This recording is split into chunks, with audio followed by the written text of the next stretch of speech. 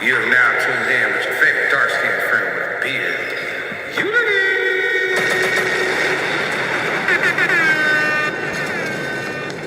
Oh yes, oh yeah.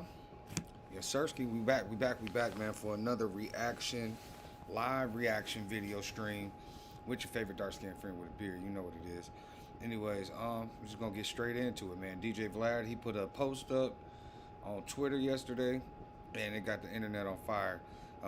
Alleged or allegations on Jay-Z basically buying the jury for the Tory Lanez and Megan Thee Stallion trial and a bunch of other salacious activity that's going on behind the scenes. So we're gonna go ahead and get right into that. This video gonna be brought to us by @Wayno.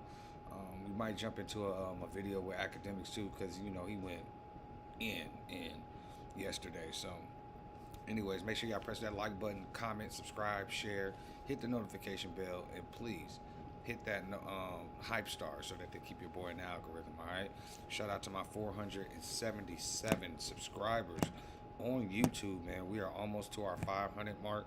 I appreciate each and every single one of y'all so much. Let's keep sharing, let's keep subscribing, let's just keep doing everything that's gonna help us all progress. Follow me, I follow you right back too. You feel me? Just keep building this ADED community, one stream at a time, one subscriber at a time. Shout out to my Twitch fam. Thank y'all for tapping in as well. I'm opening up the Twitch stream real quick, make sure that they are all good over Shout here. out to my 470. I got 2 on YouTube so far already. And then let's see.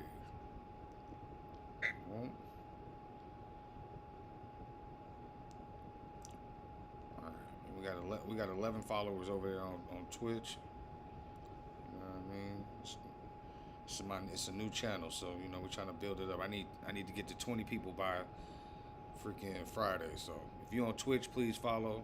YouTube, y'all keep doing what y'all doing. I appreciate each and every single one of y'all. All right, we'll go ahead and get the screen right for y'all real quick. Just made me some chicken tenders. I'm about to tear them things up. Boom. All right now. Hopefully y'all had a good Monday. You know what I'm saying? Let's get to it. Once again, don't forget to press that like button, comment, subscribe, and share. Alright, this is Wayno right here. I'm going to go ahead and subscribe to my dog real quick. And like it, because I don't use people's videos without, you know, saying what's cracking. Yo, y'all patience ever run thin? You ever get tired of people just being dumb? Y'all ever get tired of people just believing any and everything? It's a bad time right now. What I mean by that, it's not a bad time for all these celebrities and all that. It's a bad time for people who are just gullible, that fall for anything. I remember being a kid and my mom always trying to teach me, you know what I'm saying, don't go for what a person just tell you. You know what I mean? Like, do your own investigation. Do your own, you know, digging so that you could get confirmation on things, you know what I mean, to corroborate a person's story. With that being said, before we get started, I need y'all to do something. Hit them subs, them likes, and run up that hype. Hype is how you move me into the algorithm, for y'all that's wondering. Hype this video so you can move this video up. Cool. Vlad put some tweets out. He put these tweets out and he said some stuff about Jay-Z. The thing about Jay-Z is that this day and age, it's not even about no music or nothing. People just want to believe anything about Jay-Z. Even down to the Epstein files, right? Like the Epstein files, his name is there. Yo, Wayno, why you defending Jay-Z? Like, because you worked at Rockefeller or you waiting on these Rock Nation? You getting paid by Rock Nation? I've never received a Rock Nation check in my life. Please tell me where they at, because what I need y'all to do right now is to go over to Wayno119.com and buy some merch, because Rock Nation has not paid me for all this defending I allegedly do. Whole nother story. Let's just stick to the facts. All right, you want to make money in real estate? Here's how you take over a house with no money down, no credit check, and no job. Whatever he's saying, we'll get into the Cher's on the Cher, yes. The singer Cher, legendary singer, is on the list that Trump put out. While Ivanka Trump is on there and Melania Trump is on there and Cher is on there, the only person we care about is Jay-Z. I don't believe that Cher did anything either. But, you know, if you believe that people who have lots of money do horrible things in their spare time, but you don't question their motivations, it's just they're evil people that do sacrifices because Nicki Minaj says so, or they are suppressing your favorite artist from performing at the Super Bowl, so that's got to be it. But I want y'all to use y'all critical thinking, for real, in most of these cases, because when I see a lot of this stuff go on, it shows me that people could get over on y'all. But that's a whole nother conversation for another time. Let's read Vlad's tweet. Vlad tweets out, I have a confession. Rock Nation has been paying me to support Megan. First thing I thought was, when the hell has Vlad been supporting Megan? He also says they also paid off the jury members to convict Tory. And they bribed the judge too. Jay-Z did a verse for his grandson's new album. Now, at the point where he gets to right here, if y'all don't understand that this nigga's just joking with y'all or playing, I don't know what to tell y'all, but, you know, oh, he just threw a joke in there to throw us off that he's telling the truth. All right, let's keep it going. They paid off Megan's doctor to lie about the bullet fragments. She was never shot. The LA police are on Jay's payroll, and it doesn't stop with LA, but you're not ready to hear that part. The Mexican guy who stabbed Tory, who do you think paid him to do that? You already know the answer to that. The 3 Supreme Court judges who denied Tory's appeal all paid off by the Rock Mafia. Jay also paid off Trump to not pardon Tory. Even though it's a state case, Trump can only pardon federal cases, but knowing Trump likes to bend the rules, he carries on. And he says, but knowing Trump, he likes to bend the rules. He says, Jay wasn't taking any chances. I can't keep these lies secret anymore. If this is my last tweet, you know who silenced me. Listen up. We're going to keep this straight to the point. Okay, now when he read it like that, it don't sound so menacing and so serious. But the words are the words, so you can interpret this however you want to interpret it. You know what I'm saying? Let me get past this little video. Sorry, Wayno. You acting as if I done sent y'all down the wrong road. You're bugging. Freecash.com. Peace. Let's get it. All right, we're back. That ass. It's You know how you know what bugs me out about this? Money is like this funny. People who gross lots of money on the internet. It's like this funny space to be in because it shows me that they ain't got no brains. First person I saw speak about it was Sneeko. Sure, why not? Okay, so I saw your tweets about Jay-Z and Rock Nation. Is everything okay? Are you in a safe spot? Man, people just do not know sarcasm, do they? It's just, sarcasm really just goes over people's heads. It really surprises me. Okay, so you're trolling. Of course I'm trolling, man. Okay, so what's the purpose of this? Is it Jay did a verse on the judge's grandson's album? Like, okay? how is this not obvious? Yeah, the timing is strange because now he's getting revealed in the Epstein files. So I'm sure especially a lot of people do see how Tory Lanez is innocent. I guess, man. Do they really? I mean, Yo, like I said, critical thinking skills. People actually using their brain to come to some. Thank you for the W. Shout out at Onya Bosovia in the building. Bam, bam, bam, bam, bam. Sort of conclusion without just running towards something like this. So what's even crazier is this, right? Now, academics, I'm going to play some clips from him speaking with Vlad. And the thing about Ak is this, right? It's funny how he can understand how relationships work when it's his relationship. Pretty sure the only person he's had a relationship with, rapper-wise, well, I can't say that's the only person, but the main person is like 6ix9ine, right? Which he's always claimed that 6ix9ine has never paid him. He's never paid 6ix9ine, but trust and believe, by 6ix9ine using his platform, he's been able to rise or grow bigger to stardom. We all know that. And vice versa. You know what I'm saying? Vice versa. I can only imagine like all the money that they've made just creating content with one another, doing interviews with one another, being next to one another, all of that shit. But when other people explain how relationships work, it's like, nah, that's not it. Now, Academics has made a name for himself in hip hop media by not having any friends or relationships. He's kind of always told a story of him having to bully his way into the space because nobody would give him a shot, nobody would give him a chance. But I still don't think that's enough for you to not realize that people do have relationships. And relationships is not always about like a transactional thing. Shout out to the chat. If somebody says something about one of your friends or somebody you mess with, regardless if they're a rapper, an athlete, etc., are you not to say, nah, I don't think that, or I never seen that? Like, even though people are gonna question you, right? They're gonna say, oh, of course you never seen that, right? Like you wasn't laid up with them. It's like, what are we talking about? But let's listen to him and Vlad have a dialogue about that type shit. Still trading with slow platforms? Upgrade to Trade Zero All right. America. Trade Zero gives you professional grade. We had to get past his little intro first, you feel me? I told you, we all watching these together. I ain't never seen the video, so we're trying to have a genuine reaction to what's going on. So far, from his tone, he making it seem like, what do you call it, that it was just a troll. And then we heard a little clip of Vlad talking to Stico, and he was saying, what do you call it, that he was being sarcastic, blah, blah, blah. But we're going to hear what he had to say when he's on the phone with Mr. Academics, all right? Thank y'all for tuning in. Make sure y'all press that like button.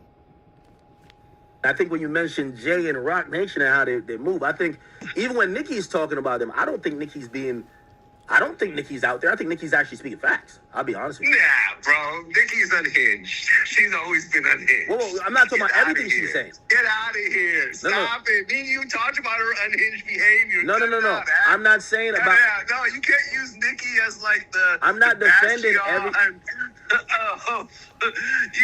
rational thought. Okay, I'm not defending everything Nicki's ever said about everyone. I'm saying when it comes to the conversation she's had, where she's mentioning Desiree Perez, Jay-Z, and Rock Nation, I don't believe those are all just, thoughts of a manic individual that have no either personal experiences with these people to support what she's saying. And here's the thing, the majority of what you've said, I could completely dispute, because even when you say, which obviously you're being facetious, you're saying, well, Rock Nation paid us $10,000 a month, right?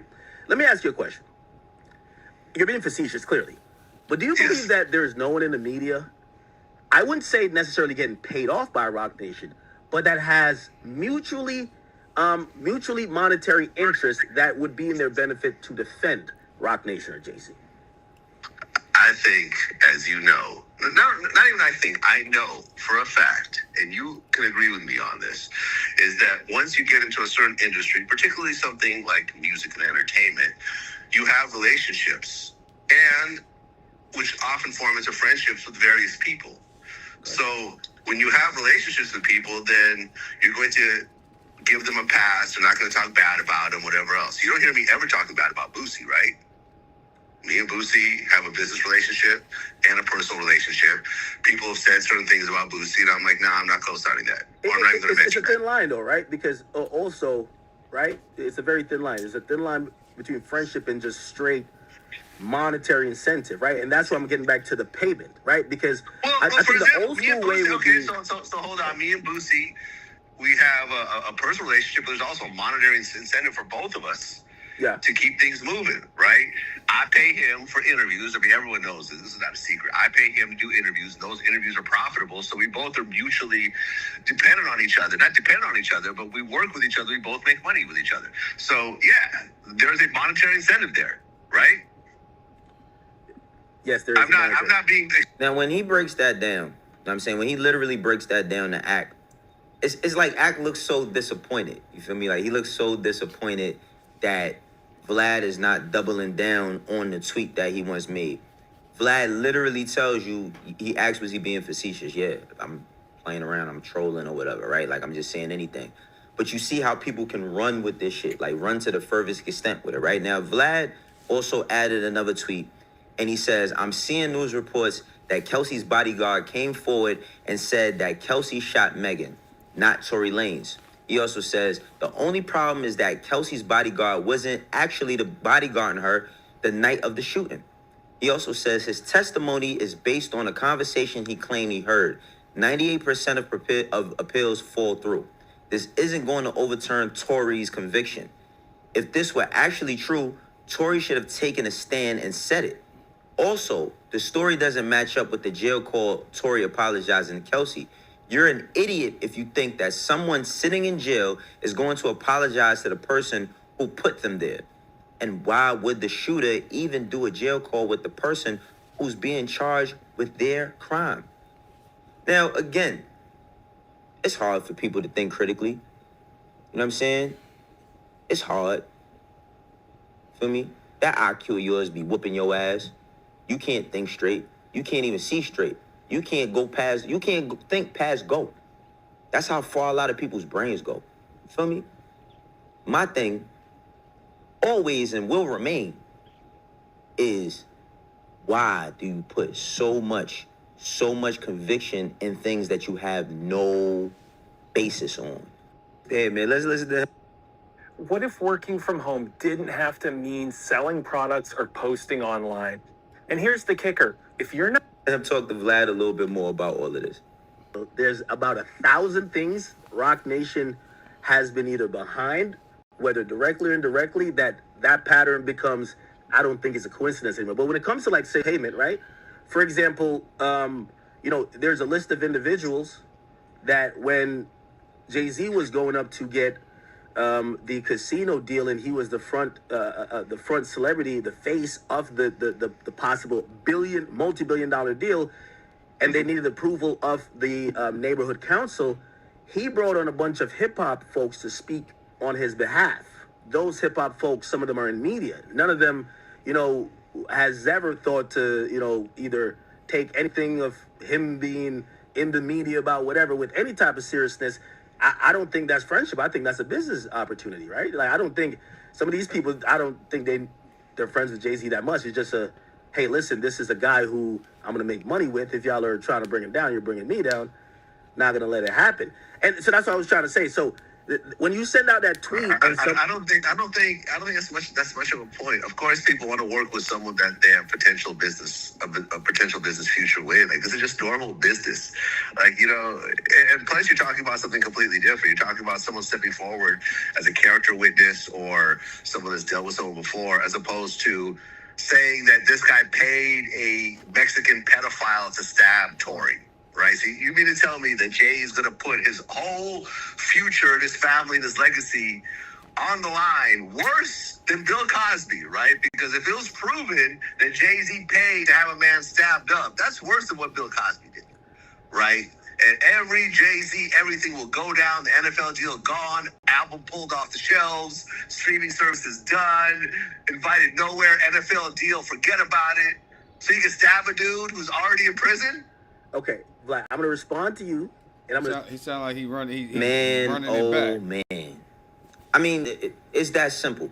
It's that simple. Now, listen, if you're going to believe whatever you're going to believe, that's not for me to try to convince you. I'm not in the business of trying to convince you. I'm in the business of spewing my thoughts. But if you're going to believe any of that stuff, then that's just your... Y'all, I'm going to go straight to this DJ Academics interview. And we'll just find exactly where he was talking about them. I'm going to get back to that phone call. There's a few other things that's kind of percolating, not too relevant compared to it sound ridiculous that maybe there's an entity within hip-hop, maybe Rock Nation, that's doing underhanded things that we're all seeing and more people are becoming awoke to over time. That's my second problem, right? This idea, when someone says, when he says it's deeper than that, Jay is Epstein. And that's supposed to be sarcasm because he's putting it across saying, if you believe that, you're an idiot. Well, are you? Right. Let me ask you a quick question. What if you can start and grow your own profitable business? The guy's listed in the Epstein files. Yeah, okay, I get it. And we'll get to some of those files. Okay. Yeah, it was listed, it was an anonymous tip, but also he's being emailed about saying that he's buying people off and he's controlling culture at a different level. Okay.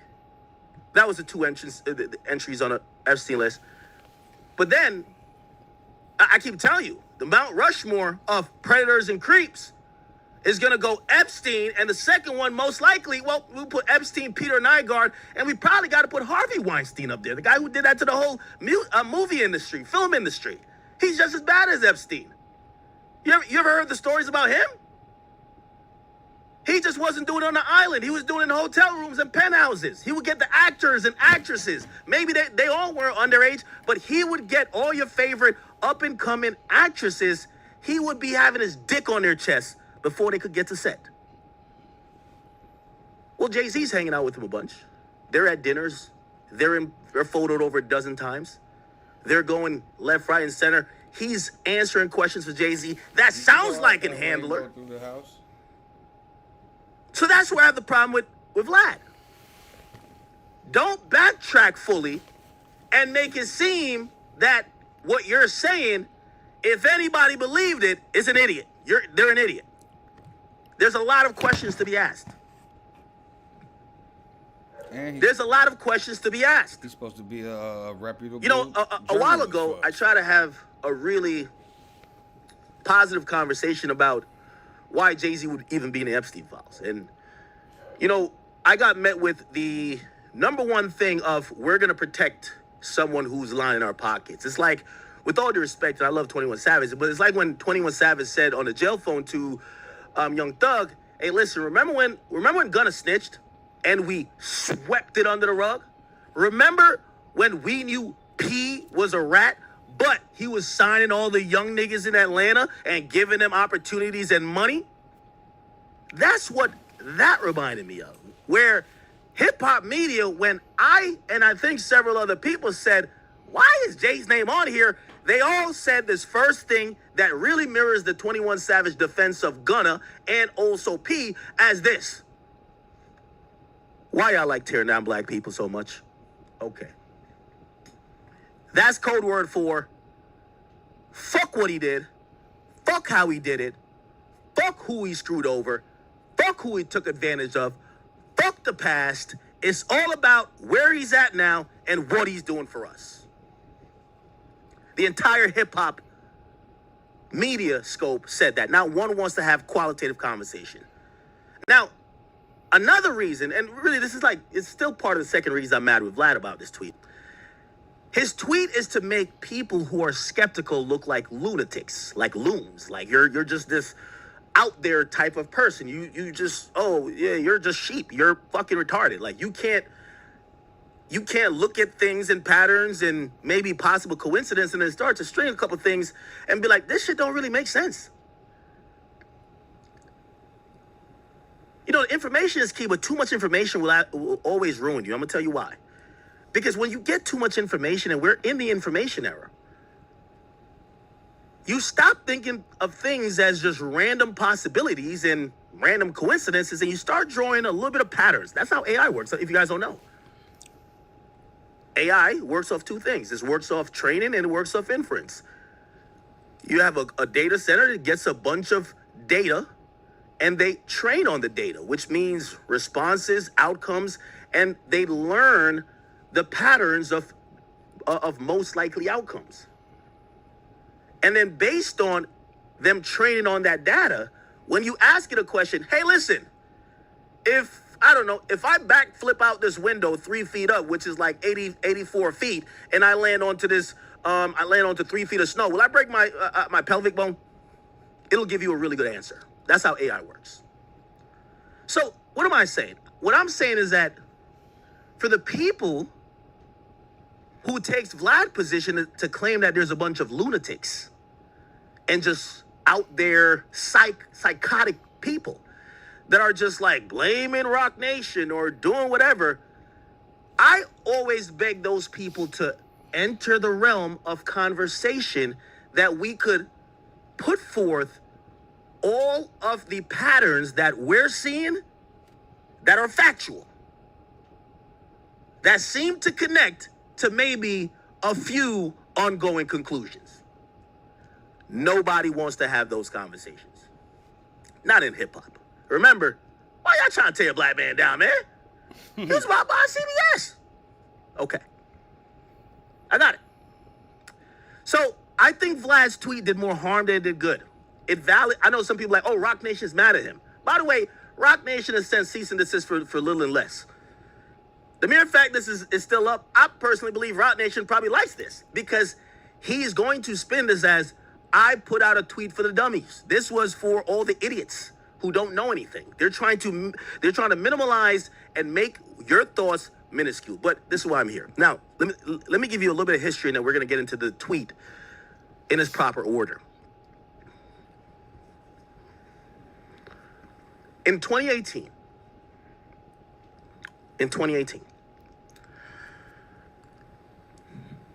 at that point, Donald Trump is the current president of the United States. And if you don't know, he kind of ran his first term on this idea he's going to drain the swamp. And it was this idea that politics is inherently corrupt because all the people with power, more than serving the people that elected them, they all kind of become this cultish, one hand washes the other, it's all about us, F the people, not really F the people, but what we have here, we're playing musical chairs. I'm senator this time, I'm governor that time, I'm like secretary of this time, wow. We're all in politics. Politics as usual. Who said that? Now, I'm going somewhere with this story, but you have to stick with me and be patient. That's why Trump supposedly got elected. He was someone that was not in the establishment. It was thought of that the establishment inherently was corrupt. The poor people and the people at the bottom always got screwed. The people at the top always won. And yes, Trump was never really at the bottom, but at least he was seen as the outsider. Your health deserves more than guesswork. At Prenuvo, our whole body MRI scans for hundreds of conditions without... There was theories and thoughts about how politics worked.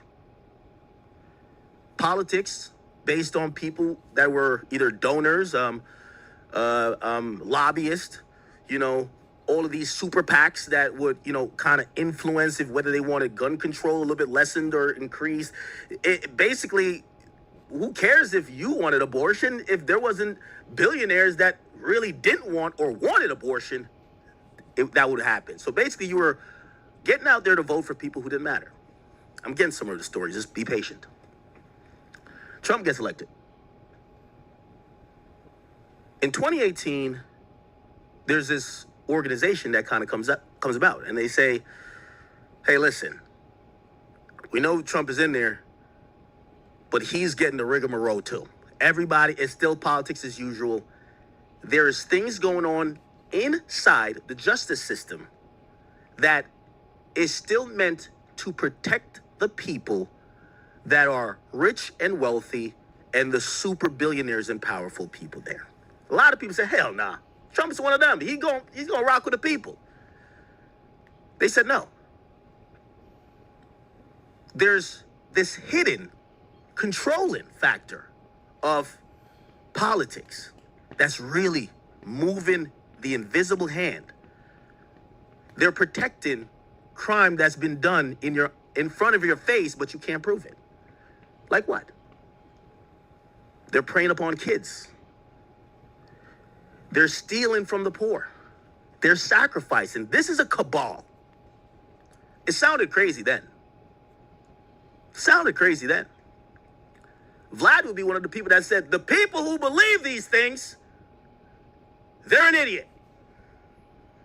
Why? Even though there was a couple patterns that was very noticeable, Jeffrey Epstein notably gets sentenced, or did he kill himself? 2019,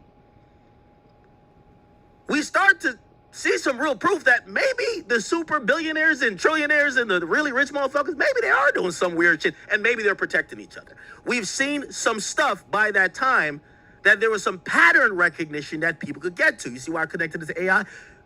That's what people do. AI is trying to be learning like how we do.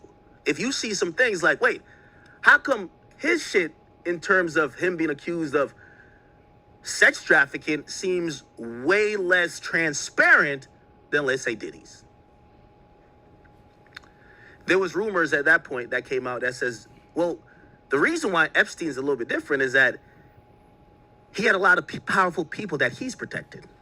If you give up Epstein, you give up them. So they got to protect Epstein, whether he's alive or dead. Now, if I mentioned this name in 2018, they would laugh us out the room.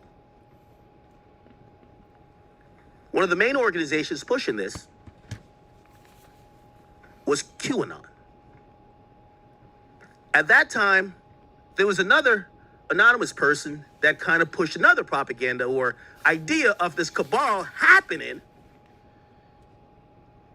They pushed an idea that was called Pizzagate.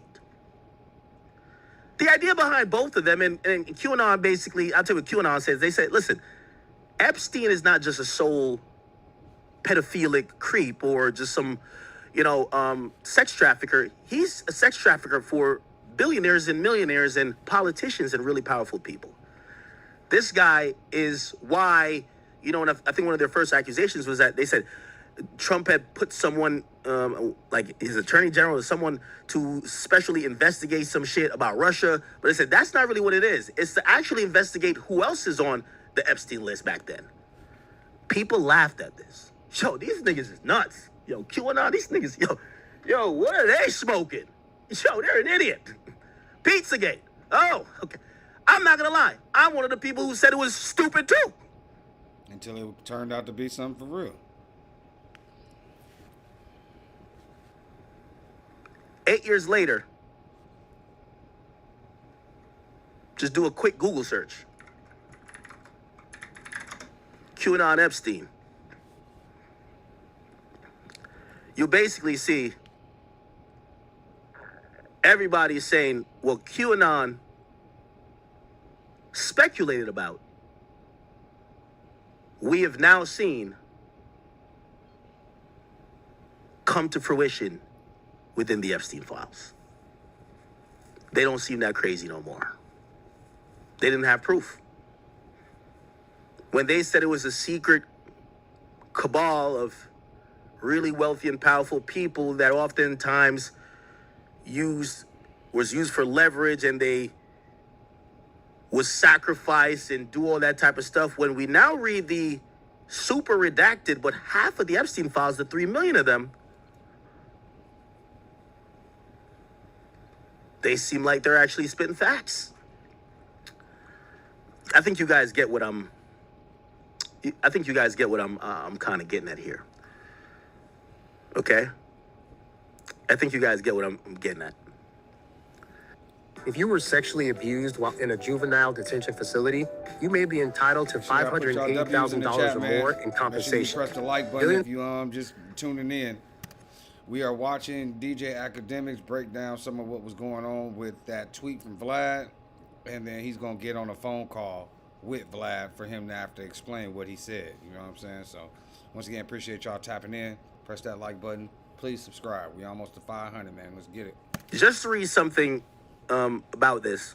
The Epstein case fed directly into the rise of QAnon, a conspiracy movement built on the belief that the hidden elite was operating above the law. Does anybody in 2026 now believe, after seeing these Epstein files, the elite aren't operating above the law? What did it take for you to believe it? Because you probably didn't believe it at first. And that's where the Vlad tweet is bigger than the tweet. Okay? All right. So, I hope you got that correlation. The correlation is just simple. The correlation is, it's easy to call people idiots when the information and the full pattern and the proof isn't always there. But this is going to be the main thing of my, whole spiel. Trust your gut. Just trust your gut. Whatever way you fall, just trust your gut. And I'm the guy who's I'm hard facts. But if you see a lot of pattern recognition and you keep seeing a lot of, I got Vlad on the phone. Here we go. All right, here we go, y'all. Vlad. Yeah, what's good? I'm on stream, brother. You're the topic of conversation. Yeah, you think? Vlad, What's going on?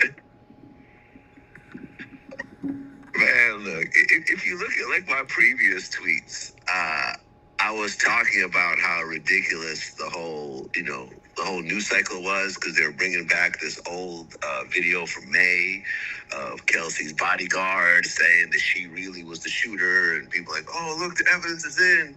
And I'm like, this is a tweet from May. And he wasn't even the bodyguard that night. He was the bodyguard who claims he overheard something during the court proceedings and whatever. And people were like, oh, that's because Jay-Z, he bought off all the jurors. I said, okay, that's an interesting idea for a tweet.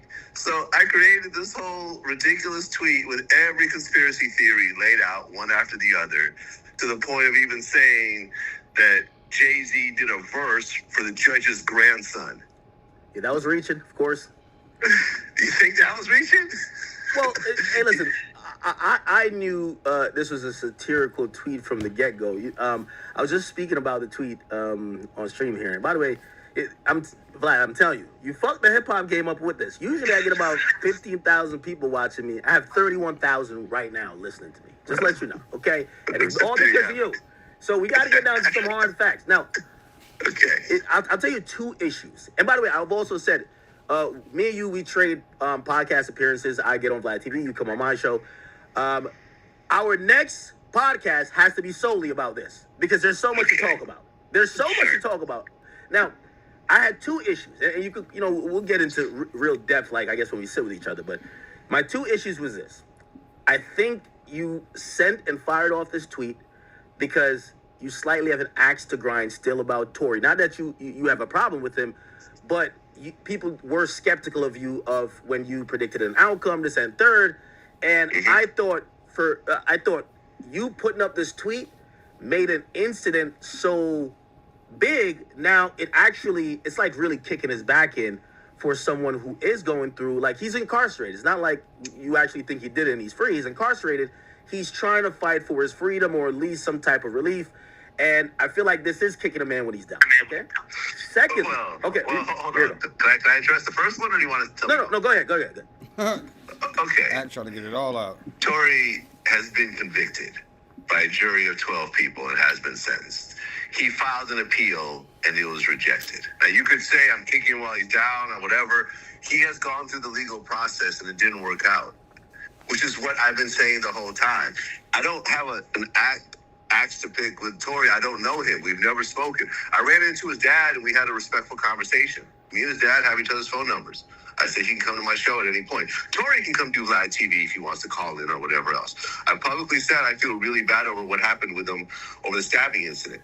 But it's just like this constant cycle of like, oh, it was really someone else. He never did it. He's the, Rock Nation manipulated everyone. It's just like a ridiculous theory. In the same way that I've been talking about the Nicki Minaj's of the world and so forth, this is just the same thing. I don't have an axe to pick with Tory. I hope Tory does come home sooner than expected. I've always said this. Well, the reason why I say you possibly have an axe to grind, and it appears so, and it feels like kicking him while he's down, because like there has always been a controversial case where not all of the constituents or the citizens in the United States or viewing public agree. Like, for example, with O.J. Simpson. Would you go as far to say anybody who believes that O.J. did it, they're an idiot, or they're just like lunatics? Because that's what this kind of comes across. I feel like there's a particular thing about the Tory thing. Not that I really don't think you have anything against him, but I know you, Vlad. When Vlad gives his opinion and he's right, Vlad loves to be like, I told you so. I think this is a told you so moment. Yet again, just is blown up beyond that, because now people are making a lot of other assumptions. I mean, I guess you want to, you can frame it how you want to frame it. At the end of the day, this got triggered off of Kelsey's bodyguard saying that she was the shooter because you overheard her say it during a conversation. You can check. This whole thing entered the cycle once again. And it was all over, like, the blogs and everything else like that. And it's like, yo, I don't want Tory to stay in prison. I think he's done his time. He went through a horrific stabbing incident. I hope he comes home early. I have nothing against Tory. He can come do the show. Me and him have had one DM exchange, and that was it. That was it. That's our only interactions. But at the end of the day, this was triggered off of the lunacy coming back into the cycle again. At the end of the day, you know that he filed an appeal and it was struck down, right? But then again, only 2% of appeals ever go through. Yeah, and again, these are things that the reasonable people who still have doubts, they're not denying. But and so, okay, we get it on that Tory part, but I think the bigger part of even why I think this kind of like it broke through the cycle, it's not that you just had an opinion on Tory, is that by lumping this idea of, oh, Jay-Z did this, Rock Nation did this, and then basically saying, well, if you believe that, like, come on, like, this is pure sarcasm. There's a lot of really interesting coincidences or real conversation we can have about Rock Nation and Jay-Z. And while you lump it in here, now people are saying, well, all right, we get the Tory part. Like, I do get the Tory part where you're saying, you're putting out some facts. Hey, he was convicted. Hey, the appeal didn't go through. And the video you guys are talking about was a old press conference that referred and referenced a bodyguard that wasn't a bodyguard that night. And also that bodyguard claimed that their proof was that they overheard a conversation while during the trial when they were bodyguard for Kelsey. And she allegedly... It's all hearsay, right? Yes. It's all hearsay. Hearsay is not a reason to let someone out of prison. It's just hearsay. And in a court of law, it holds very little, usually no weight at all. Okay.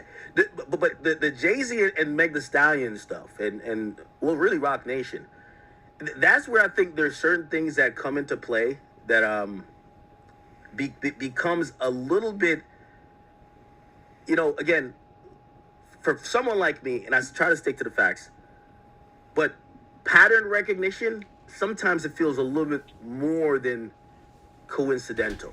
And I think when you mention Jay and Rock Nation and how they move, I think even when Nicki's talking about them, I don't think Nicki's out there. I think Nicki's actually speaking facts. I'll be honest with you. Nah, bro. Nicki's unhinged. She's always been unhinged. Well, I'm not talking about everything she's saying. Get out of here. Stop it. Me and you talked about her unhinged behavior. No. I'm not saying about... No, you can't use Nicki as like the... I'm not defending rational thought. Okay, I'm not defending everything Nicki's ever said about everyone. I'm saying when it comes to the conversation she's had where she's mentioning Desiree Perez, Jay-Z, and Rock Nation, I don't believe those are all just, thoughts of a manic individual that have no either personal experiences with these people to support what she's saying. And here's the thing. The majority of what you've said, I could completely dispute, because even when you say, which obviously you're being facetious, you're saying, well, Rock Nation paid us $10,000 a month, right? Let me ask you a question. You're being facetious, clearly. But do you believe that there's no one in the media, I wouldn't say necessarily getting paid off by Rock Nation, but that has mutually monetary interest that would be in their benefit to defend Rock Nation or Jay-Z? I think, as you know, not even I think, I know for a fact, and you can agree with me on this, is that once you get into a certain industry, particularly something like music and entertainment, you have relationships, and which often form into friendships with various people. Right. So when you have relationships with people, then you're going to give them a pass. You're not going to talk bad about them, whatever else. You don't hear me ever talking bad about Boosie, right? Me and Boosie have a business relationship and a personal relationship. People have said certain things about Boosie, and I'm like, nah, I'm not co-signing that. It's a thin line, though, right? Because also, right, it's a very thin line. There's a thin line between friendship and just straight monetary incentive, right? And that's why I'm getting back to the payment, right? Because I think the old school way would be... So hold on. Me and Boosie, we have a personal relationship, but there's also a monetary incentive for both of us to keep things moving, right? I pay him for interviews. I mean, everyone knows this. This is not a secret. I pay him to do interviews. Those interviews are profitable, so we both are mutually dependent on each other. Not dependent on each other, but we work with each other. We both make money with each other. So, there's a monetary incentive there, right? Yes, there is. I'm not being extorted by Boosie. The Boosie mafia is out there killing people and with all due respect, buying judges and whatever else. With all due respect, Boosie's not that powerful. There's about 1,000 things Rock Nation has been either behind, whether directly or indirectly, that pattern becomes, I don't think it's a coincidence anymore. But when it comes to, like, say, payment, right?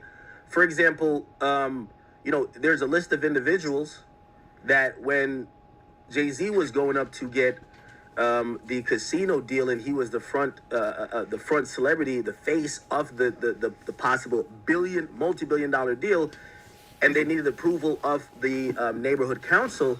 He brought on a bunch of hip-hop folks to speak on his behalf. Those hip-hop folks, some of them are in media. None of them, has ever thought to, either take anything of him being in the media about whatever with any type of seriousness. I don't think that's friendship. I think that's a business opportunity, right? Like, I don't think some of these people, I don't think they're friends with Jay-Z that much. It's just hey, listen, this is a guy who I'm going to make money with. If y'all are trying to bring him down, you're bringing me down. Introducing Iron Beam, the best choice for futures trading. Iron Beam is the... Jay-Z name been coming up a lot lately, man, especially since these Epstein files dropped, bro. Not going to let it happen. And so that's what I was trying to say. So when you send out that tweet, I don't think that's much of a point. Of course, people want to work with someone that they have potential business future with. Like, this is just normal business. Like, and plus you're talking about something completely different. You're talking about someone stepping forward as a character witness or someone that's dealt with someone before, as opposed to saying that this guy paid a Mexican pedophile to stab Tory. Right? So you mean to tell me that Jay is going to put his whole future, his family, and his legacy on the line worse than Bill Cosby, right? Because if it was proven that Jay-Z paid to have a man stabbed up, that's worse than what Bill Cosby did, right? And every Jay-Z, everything will go down, the NFL deal gone, album pulled off the shelves, streaming services done, invited nowhere, NFL deal, forget about it. So you can stab a dude who's already in prison? Okay, Vlad, I'm going to respond to you, and I'm going to say something that it's going to sound crazy, but I'm going to give an explanation. It'll completely make sense. Okay, here we go. But this is why when you post what you posted, it's like the feds releasing the Epstein files. I know that sounds crazy. No, remotely similar, but go ahead. Here's the explanation.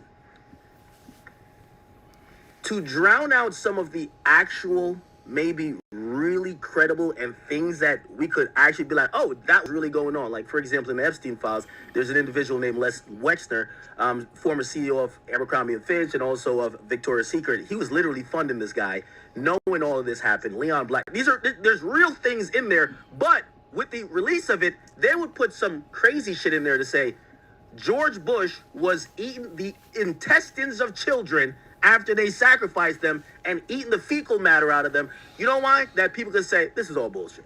That's what I'm saying. Sometimes the most, like, again, I agree with you on that point you made about, what was the point? The last point. I don't think everything is credible. But what I'm saying is that when you blanketly act like because some of the things aren't credible means that nobody should believe anything, that becomes a problem, right? Because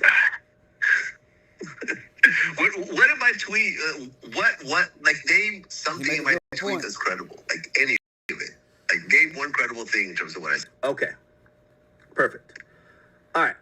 So this is what I would offer up. Okay, so you have a confession. Rock Nation been paying me to support Megan. I think when again, it's not credible as pertaining to you, but do I believe that Rock Nation, through his surrogates, has been, financially incentivizing people to either support Meghan? Absolutely. Absolutely, right? Now, again, it might not be credible to you, but when you say it as the person who, that's why I said it's the Epstein files, pause. Like, when you say, people think that, well, if this isn't true, it's not true for everybody else, right? Because you're going to come out and say, of course they never paid me. Then people are thinking, well, they never paid anyone. Or they don't have any business incentives with people for them to support Meg on behalf of Rock Nation. Also, keep in mind, and this is why I said pattern recognition. If Rock Nation has zero, and this is why I said we could discuss all these at length. If Rock Nation has zero care about the media, right? The media supposedly, supporting Meg or painting her in a favorable light. Why did they essentially give their legal team to Meg Thee Stallion, fund millions of dollars to go after a blogger just to get $59,000? right? Why was did Rock Nation actually fund that, or did Megan just fund that herself to prove a point? And I think, and when you talk about these media connections and so forth, Vlad, like I've really been kind of fair on both times, because the girl that Megan sued, I had a conversation with her and I told her that it's just financial bullying, because at the end of the day, some random blogger that doesn't have a massive following like this girl putting out a couple things about Tory does not change anything. Vlad, doesn't change anything. And this is where and funding someone like me doesn't change anything. And Vlad, there's too many media outlets out there. It's not like it was in the 1980s, where if you got CNN to get behind you, suddenly you change the whole narrative. No.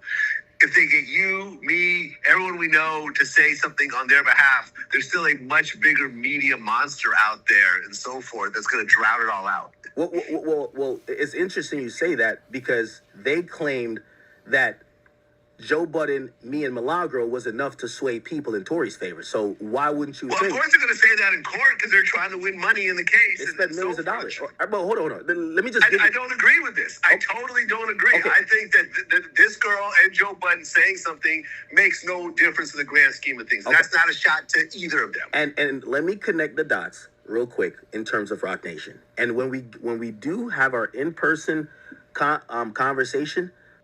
Okay, if you were in a recent car accident, you have to check this out right now, okay? I'm going to show you something absolutely... I want you to ask me for proof, because I'm not here to just say shit that is in belief, right? So, when I spoke about, and I did a 7-hour deposition with the law, it's the same law firm that's representing her that is Alex Spiro, who's Jay-Z's personal attorney, his firm, okay? Quinn Emanuel. I sat through an 8-hour deposition. In hour 5, one of the 7 attorneys on the call, they actually slipped up, and while trying to show me an exhibit, they showed their chat. And their chat to each other was, hey, academics just said this. Could you let Desiree Perez, not Meg Thee Stallion, Desiree Perez, the CEO of Rock Nation. So I know you're saying, oh, Rock Nation has nothing to do with it. Why would that be a thing? Why would, in a deposition with me for Meg versus this woman, they need to alert Rock Nation if they're not behind it? And I have proof of this. This is not something I made up. I have literal proof. Okay, so you have an artist that's tied to Rock Nation that's suing somebody using the same law firm that Rock Nation uses. Whether Rock Nation is funding it or not funding it, I'm not quite sure. And they're relaying information. This is all regular legal shit. People sue all the time. I sue people. People sue me. People have sued you before. I'm not sure if you've sued people. Like, this is regular business shit. People and they're relaying information to Rock Nation, but you think they're okay? But isn't Megan signed to Rock Nation? So there is a business connection there. That's all fine. That's all plausible. Jay-Z buying off every juror and paying the doctor to lie about Megan getting shot. No. Vlad, that's why I keep saying Epstein files. We're not saying the doctor was bought off. Like, again, I'm a skeptic. I'll definitely say I'm a skeptic. I'm one of the educated skeptics. So some of this like low-hanging fruit, I'm going to quickly dismiss it to get to the real actual points. You see the real actual point I just said? The real actual point is that I sat through a 7-hour deposition and they're relaying information to Rock Nation when you initially thought Rock Nation had zero to do with this Meg Thee Stallion lawsuit. Clearly they do if they're sending the info to the CEO. Secondly, during the trial, it's well documented that on the days that even when Meg Thee Stallion was not there, they saw sitting in tandem with the DA was Desiree Perez, CEO of Rock Nation. Again, hey, those things probably should make you raise an antenna to say, hey, maybe Rock Nation, even if it's just for their artists, and obviously think about them as a company. Think about them as a company. They have maybe a financial incentive of trying to make her look like a victim or get Tory out the way. That their CEO, that could be on doing anything at the time, is sitting in court when even their client isn't there, Meg, to make sure and confirm with the DA, hoping to get a guilty outcome. That's a little bit odd, But okay, it might be coincidences. Well, hold on. Their client is in court, not as not as someone being prosecuted, but as the victim. They're being supportive of their client, and they're they concerned probably with have the some DA. level of personal. You know how it is in this business, yeah. Like you sign to people and you have personal relationships with people. I don't know what the personal relationship is between Megan and the people she signed to. Does she have a personal relationship with Jay? Does she have a personal relationship with Desiree? I mean, it's quite likely. And people showing up to support people, that's pretty normal. You see this all over the place. People are making a big deal because you're missing a point. I'm trying to show you the proof of why regular people would think something seems odd. Have you ever heard of, in any regular cases, you're right, you've watched criminal cases, you've sued people civilly, and you've been sued, and so have I on a civil level. Have you ever seen where a CEO of a company that is signing a supposed victim, Meg Thee Stallion, is speaking to a DA in court while they are pursuing charges on someone else? Have you seen a manager talk to the DA as if they possibly could have some influence or could even ask questions when they're not the victim? That doesn't sound odd to you? I don't see the huge problem with it. Like, you're representing the victim. At the end of the day, you're concerned about the victim. The victim is signed to you, and you may have an actual friendship with the victim. So you're saying you're on the side of the you're on the side of the prosecution in this particular case, right? DA is representing. They're not a Megan. victim. So if I go to court when they're prosecuting, Megan's not the victim. What? No, but Megan's the victim. Desiree Perez. Hold on. She's basically sitting with the victim's lawyers, the DA, right? That's the victim's lawyers. The district attorney is legally representing Megan. Yes. You're sitting with the lawyers of the victim. Desiree Perez is not a lawyer. No, hold on. She's not a lawyer.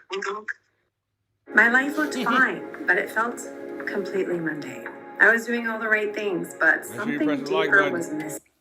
Huh? Desiree Perez is the CEO of Rock Nation. She's not a lawyer. The DA is the lawyer. Yes. Right? But why would they be sitting with a company CEO for a civil case between two individuals? I'm sorry? Why would the DA be sitting with a CEO of a company in a case between a aggravated assault case between two individuals? It's like imagine the CEO of Google comes to talk to the DA about you versus somebody getting a fist fight. You wouldn't say this is a little bit odd? Listen.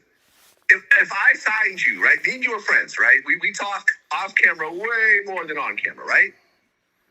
Am I right? Yes, absolutely. Okay, me and you talk all the time. We run into each other. It's all love, whatever else, right? Okay. If you got attacked and the DA represented you, and you were signed to me, let's say, I signed you. I signed academics, right? And then you got brutally attacked and someone shot you. Let's say Nicki shot you in the foot, right? Nicki Minaj shot academics in the foot, and academics went to the DA. The DA is, taking his case on. He's going to court, and I sat with you on the DA side, and I'm talking to the DA saying, how do you think this is going? Whatever else. Why would that be weird at all? I am with my friend / client as he's being represented legally in a very serious case. Like, it's not that weird. It's not that strange at all. I would probably do the same thing. I would sit there and talk to the DA, hoping that you would get justice in this case. The picture that was painted is that they were conferring as if the CEO of Rock Nation has a particular stake. But okay, again, you see, I'm pointing out coincidences. She has a client that's financially viable. Okay, all right. And they may even have a personal relationship on top of that. Right. But Vlad, you can't have this both ways then, right? Because but you don't know what they're saying. Vlad. Desiree Perez saying, I'll pay the DA. I'm trying to stick to factual, but you're trying to have it both ways. I'm going to tell you why, right? So I'm talking about a factual thing that happened. I'm saying I think that seems out of the ordinary. You're saying no, it doesn't. Well, if you're admitting, right, you're saying it doesn't seem out of the ordinary because they have this financial stake in Meg. Why does it seem out of the ordinary that maybe if their financial stake in Meg is that people see her as this victim and that Tory doesn't get to tell his part, maybe why does it not seem kind of not out of the ordinary that maybe they paid somebody to go attack him? Why does one seem completely normal and then the other, like if they need to show up to court, they're right there in the DA's ear. Now Tory's convicted, but he's still shouting on the highest mountains. By the way, Meg's career has not recovered since then. People still think of her like a liar. You don't think the one thing that could make this all go away is if Tory dies? Why don't you think that maybe I'm not taking that leap. I'm not taking that leap, but what I'm saying is that you're on one side of the fence, you're saying it's completely normal that they have a stake in their artist and their artist is going through a case. They have financial incentive there. That's why they're talking to the DA. Fine. I'm giving you that. That's normal. Well, why is it then not normal if you feel like this guy might be nearing an appeal decision or whatever? Hey, let's make sure this motherfucker don't get out. Is that such a wild thing? They have no stake there either? And I'm not only talking about the stabbing. I'm not only talking about the stabbing. I'll talk about other things. Okay, I will completely address this. Okay. Showing up for physical and emotional support is totally legal. Hiring someone for murder and risking your entire future, ending up, listen, a murder for hire? You're talking about Desiree Perez sitting there right next to Lil Durk in a murder for hire case. If this was actually true, that's a huge leap. Showing up to court and having some words with the DA, hiring someone for murder, paying off a judge, paying off jury tampering, judge tampering. These are all serious felonies. And you're not going to say it's the same thing because it's not. These are totally different accusations. Okay. If you were signed to me, I would show up to court and I'd talk to the DA. Okay. If you're like, yo, man, I need you to kill Nicki Minaj, I said, no, I'm good. You're on your own with this one, Act. I need you to pay off the jury. Pay off the jury? You crazy? No, I'm not paying off anybody. Okay, so what you're trying to do right now, you're doing a little bit of straw man, but let me say this to you. If 7 years ago I told you that maybe there were these wealthy people who used another wealthy guy that we don't know how he got rich, and they used his connects to go fuck with little girls and go over to an island, would you say who the hell would be billionaires and risk their freedom too? Would you say that, or would you say no? Of course they would do it. Listen, obviously the Epstein files proved what they proved, and there's some really.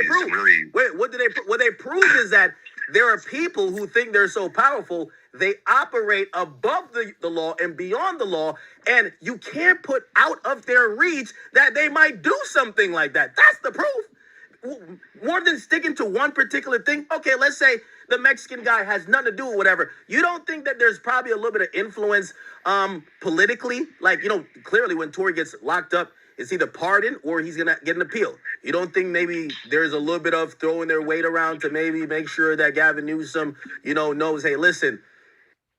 This plugin was made for producers who still want to make real music in 2026. Meet co-producer. The powers that be would not like a pardon to even be discussed. Right? And maybe we don't see that, but maybe later on we see Gavin Newsom kicking it with some of the same people kind of accusing the same cabal. They're at the Fanatics Fest in 2026 at the Super Bowl week. I don't know. I'm just saying, at what point do we start looking at the Epstein files and say we ignored a lot of shit? And Vlad, in 2018, people would have called those people lunatics. In 2019, lunatics.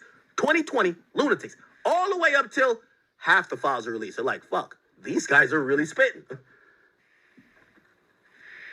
Listen, I don't think that you need to pay off Gavin Newsom to... It's not about paying off. It's influence. It's everything else. Listen, at the end of the day, Tory is an immigrant. No, sorry, not even an immigrant. He is a Canadian citizen that came over to this country and shot a U.S. citizen in the foot, and he was convicted of it. I don't think that Gavin Newsom is going to pardon him on any level. He doesn't need Jay-Z or Desiree Perez or even Epstein to try to get him to change his mind.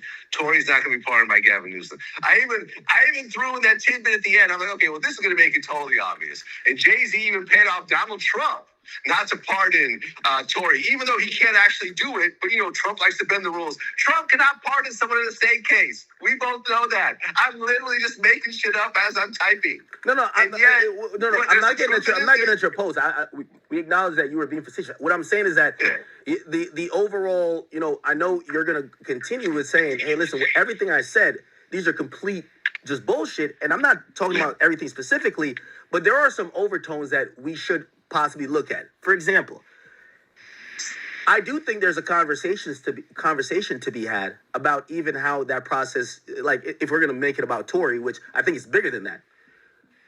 The conversation of, all right, why and when was Tory charged, right? If you want to believe certain things in his appeal or other things that got reported, it was said that, okay, yes, Meg was a little bit non-cooperative, but they approached the DA. They approached the DA and said, hey, listen, we need this guy to be indicted. And the indictment came. And so what happened is everything that happened. Now, again, I'm not here trying to argue, law and order or should justice be given. But my thing is the invisible hand. There's always and this is what the Epstein files is about. These people that did shit behind the scenes that was really in plain sight, but it was always seen as coincidence. It was always seen as, okay, why are these two hanging out? It's not until you see them on an island in a picture with like a Power Ranger panties like in between them, you're like, oh, they're fucking kids. At some point, we have to figure what these associations are. Yes, Jay's named twice in the Epstein files, but he was kicking it with Harvey Weinstein. I just want the Stein files. That's it. Not just Epstein, the Weinstein files too. You don't think there should be something, maybe even asked about when it comes to, have you seen the videos of Jay and Weinstein solely cozying up? No? I mean, they have, did they have some sort of relationship? Was Weinstein a major Hollywood player? And was Jay-Z also a major entertainment player? Yeah. Was Weinstein a major creep and accused of being a major creep? Well, he got convicted of it. So yes, he was. Was Jay part of any of these activities? As Jay-Z has any accusations that could be similar to that, not saying he's convicted or even accused, but do you think there should be no conversation, or you think it's just so out the realm of possibility for even a discussion to be had? Listen, we could always have discussions about everything, and that's cool. The whole purpose of these tweets is to show people how gullible they actually are. That's the joke. The joke wasn't my tweet. It was the reaction, and I was right. Like so many. This tweet is at over 10 million impressions right now. I know. All over TikTok, all over Instagram, all over other social media platforms. It probably has 100 million impressions. Would you say that's right? It does. But I do want to. So again, and I'm trying to focus the conversation here on really the biggest. Again, you're my man, so it's like we'll never really have a real problem with each other when it comes to like this. But just on a debate level, but my problem with this is actually. Everybody at this point, and I did a lead up when I was introing this topic to explain your platform, what you've done, how you have, essentially at this point, you are one of the biggest. I've been letting them talk for a minute. I just want to say shout out to the chat, man. Appreciate y'all tapping in. Make sure y'all press that like button.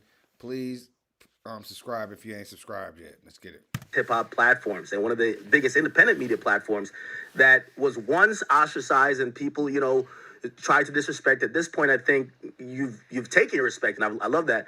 And you are putting out some of the greatest content. I love that too. Have you ever left a doctor's appointment feeling like you got nothing useful? Maybe they just said you're fine or told you to drink more water. But I do want to say when you put a tweet out like this, and you're right. I'm actually using your own words that you just said about a minute ago, where you said you wanted to show how some people are stupid or dumb for even believing this. Well, you do realize that a lot of your own viewers that watched you over the years when maybe you were ostracized for some of the hip-hop interviews you now get, they watched you basically try to decode whether it was a Tupac's murder, whether it was Biggie's murder.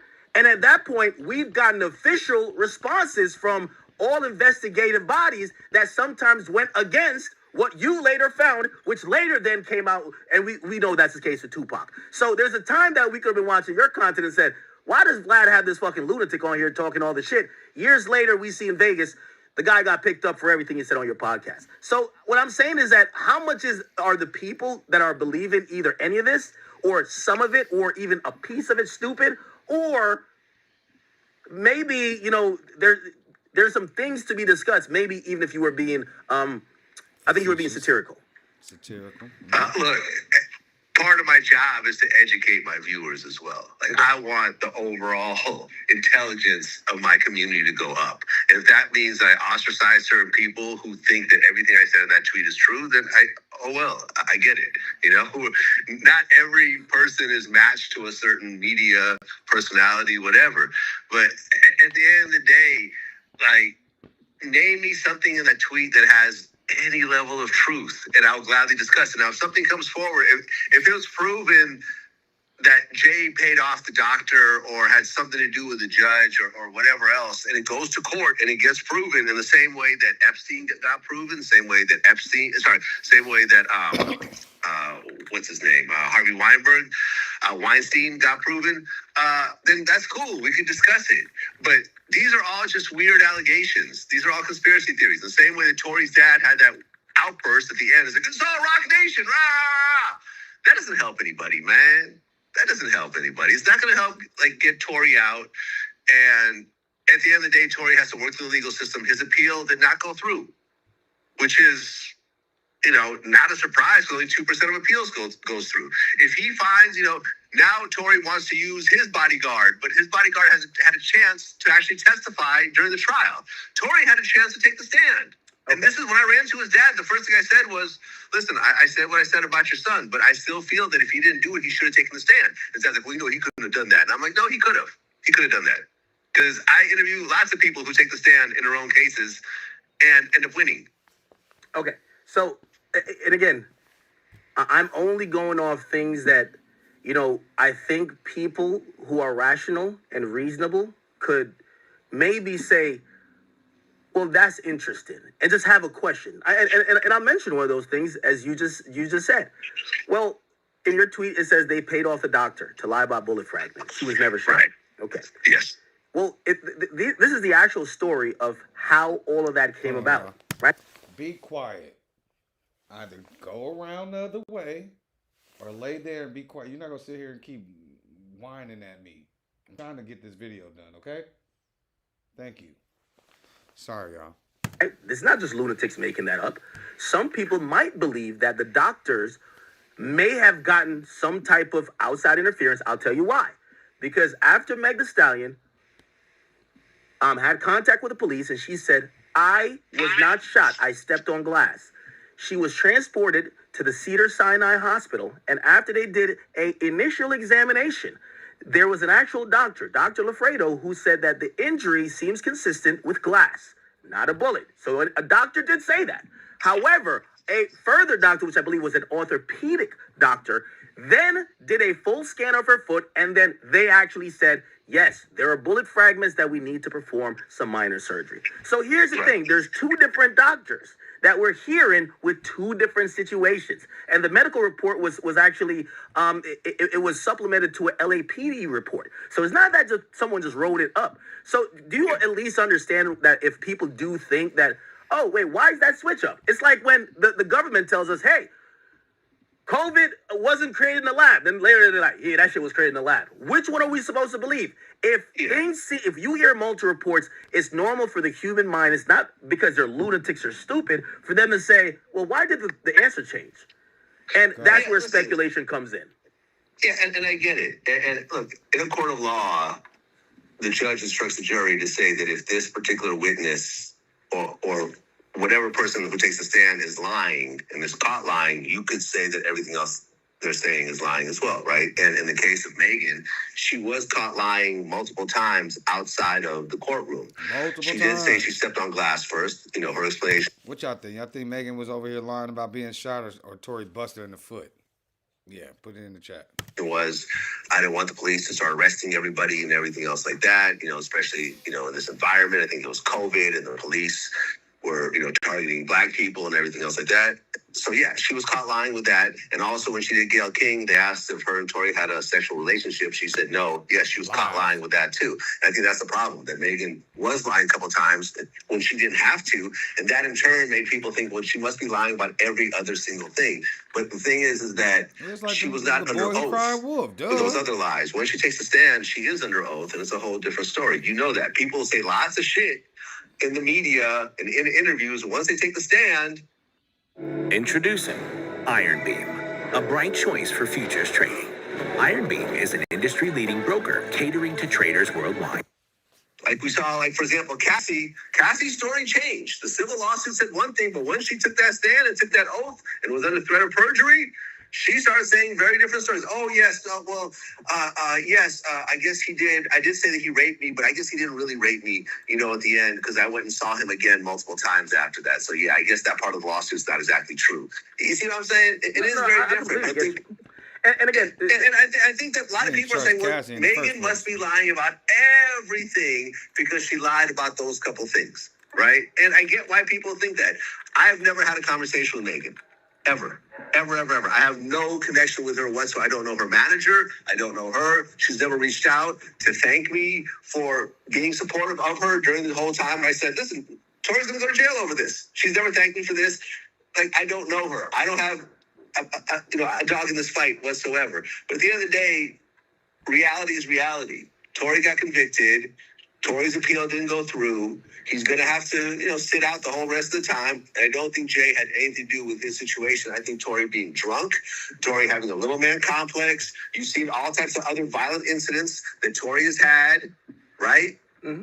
He's threatened people. He's wanting to take guns. He played with guns and so forth.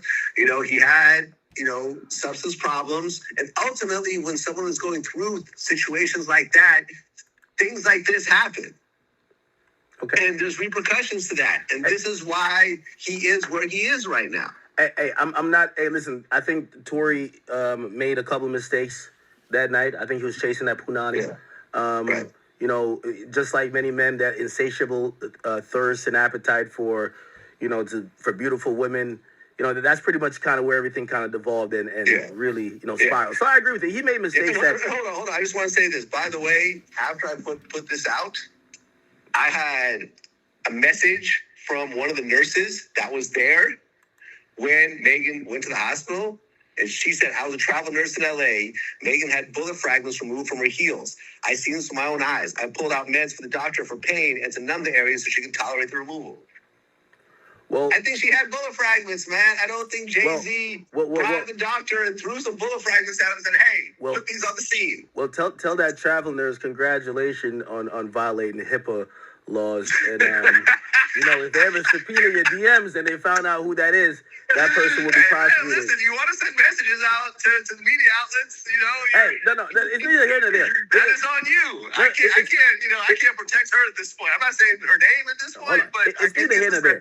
Vlad, I guess I hear your Tory specific points, and my thing is that my overall thing is that I won't agree, even though I know you're being satirical, whatever. But I do want people to know there's an invisible hand in mostly everything in American society, whether it's politics, whether it's media, whether it's hip hop, whether it's with labels, whether it's this whole new infrastructure with AI. There's always going to be an invisible hand. And if you think that everything needs to be completely black and white without doubt for you to completely just believe it, no, doubt is what usually is the prerequisite about. I'll give you this about the pardoning.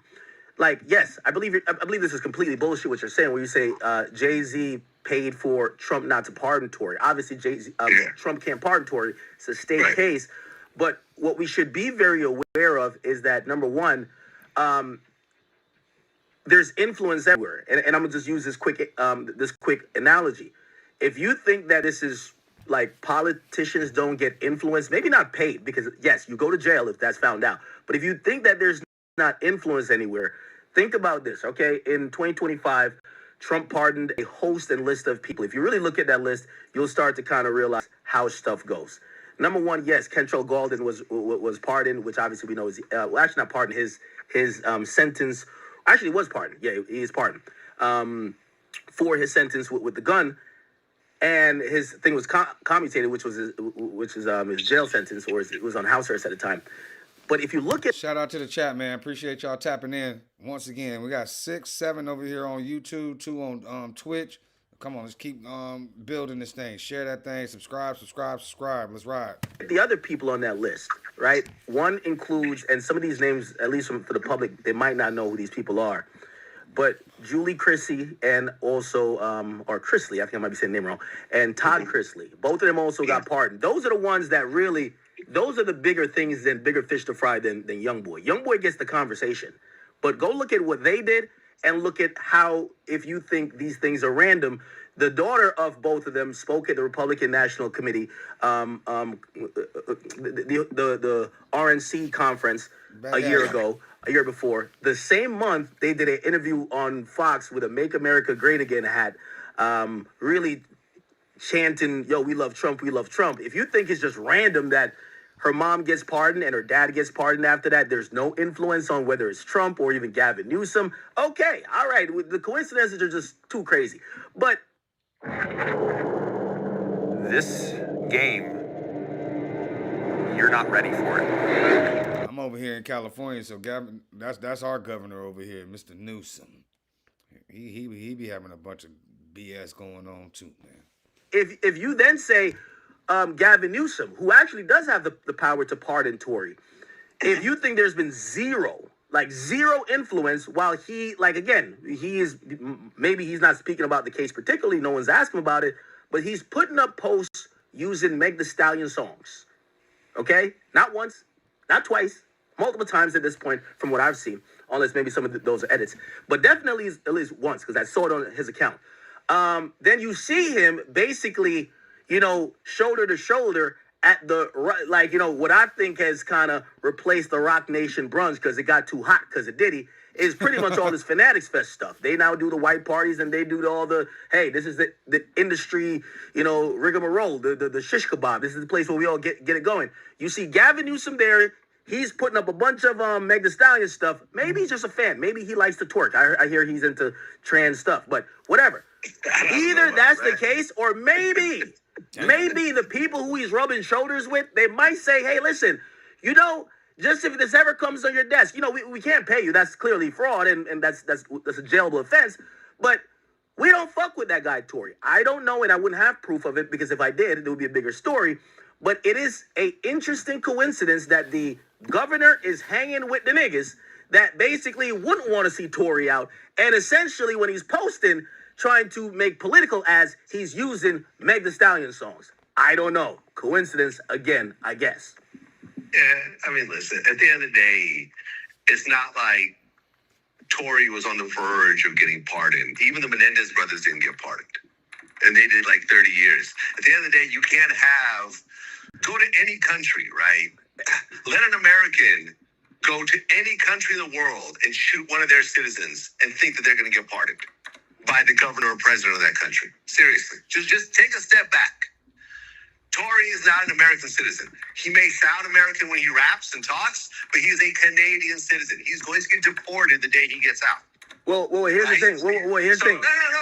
That's a big deal. No, I hear what you're saying, but Gavin Newsom. There's already a huge incentive for Gavin Newsom not to pardon this guy. This guy's never been on the verge of getting pardoned. He went to the Supreme Court of California and they struck it down. Hold on. Here's the thing, though. Gavin Newsom, though, he's been preventing ICE from coming into his state because he's not into deportation. So what you're saying about Tory, he technically wouldn't be with. So it's no. You can't compare an old man that's been living in this country for 30 years, getting roughed up and thrown into a van and sent back to Mexico, and someone who comes over to shoot somebody. I don't think that Gavin Newsom has a problem with illegal aliens who shoot people in California getting deported. I think he's totally fine with those people getting deported. Vlad, he is. Okay, it's not the same. No, you can't connect those two dots. Vlad, LA itself is a sanctuary city. Like they literally are saying when they release their inmates, even if there's a federal hold detainer that should instantly transfer them to ICE, they're actually going against federal orders. When ICE asked if they could round up people in LA County, they said, no, you out there, you know what's up. So don't act like this guy. Again, I'm not, obviously we're getting into weeds here, but the idea that you're trying to say, this was completely off the table because this guy is going to be deported. Well, the guy that would be considering it don't even believe in deportations, technically, if we're talking about what he outwardly supports. We're not even talking about deportation. We're talking about a foreigner coming into this country and shooting one of the U.S. citizens. No one's for this.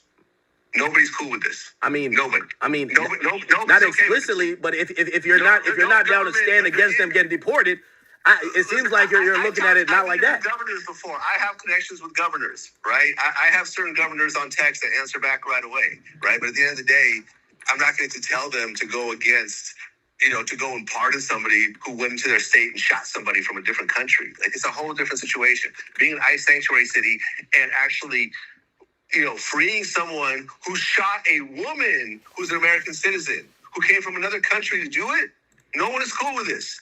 Nobody's going to co-sign this. Tory I don't think shoot Trump that girl, man. would have pardoned Tory if it was a federal case. Trump could probably and Trump has been paid off with people, right? Trump you could probably buy, right? Which is why I put in that whole ridiculous thing. Oh, he even paid off Trump because Trump likes to bend the rules. Trump is dealing with a governor that hates him. Trump cannot call Gavin Newsom and say, "Hey, listen, make an exception and free Tory because they just paid me $10 million." Hey, I'm not putting anything against Gavin Newsom tell them kick rocks. I'm not They putting hate each other. I'm not putting anything above any of these politicians. Again, Trump himself has pardoned. You're right. At the end of the day, politics, everything can be worked out. Trump has pardoned people.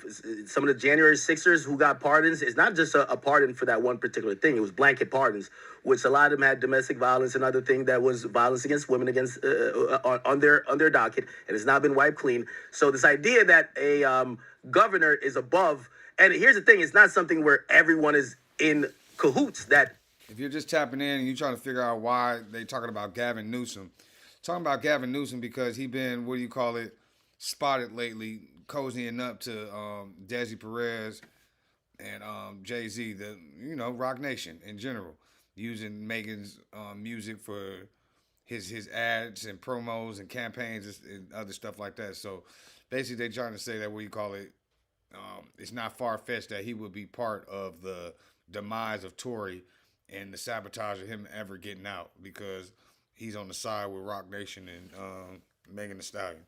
Anyways, press the like button. Oh, we believe he did it. It's a little bit, I'm looking at it from the hip-hop perspective. I don't know what the mainstream perspective. It feels still split, maybe 40-60, 60-40, whatever way you want to go with it. This is something that some people, There's a lot of work that goes into making a podcast. The setup is one thing, then you've still got to edit. It's kind of going down how some people viewed eventually the Central Park 5. And again, not to kind of completely bring it there, but some people felt like that happened and some people felt like it didn't. And then later on, those people were eventually, free. So Exonerated. I mean, listen, I did the first hip hop Central Park 5 interview. Okay. Which, with I think two of the guys, and eventually led to the documentary, and then they're exonerated and whatever else. I get it.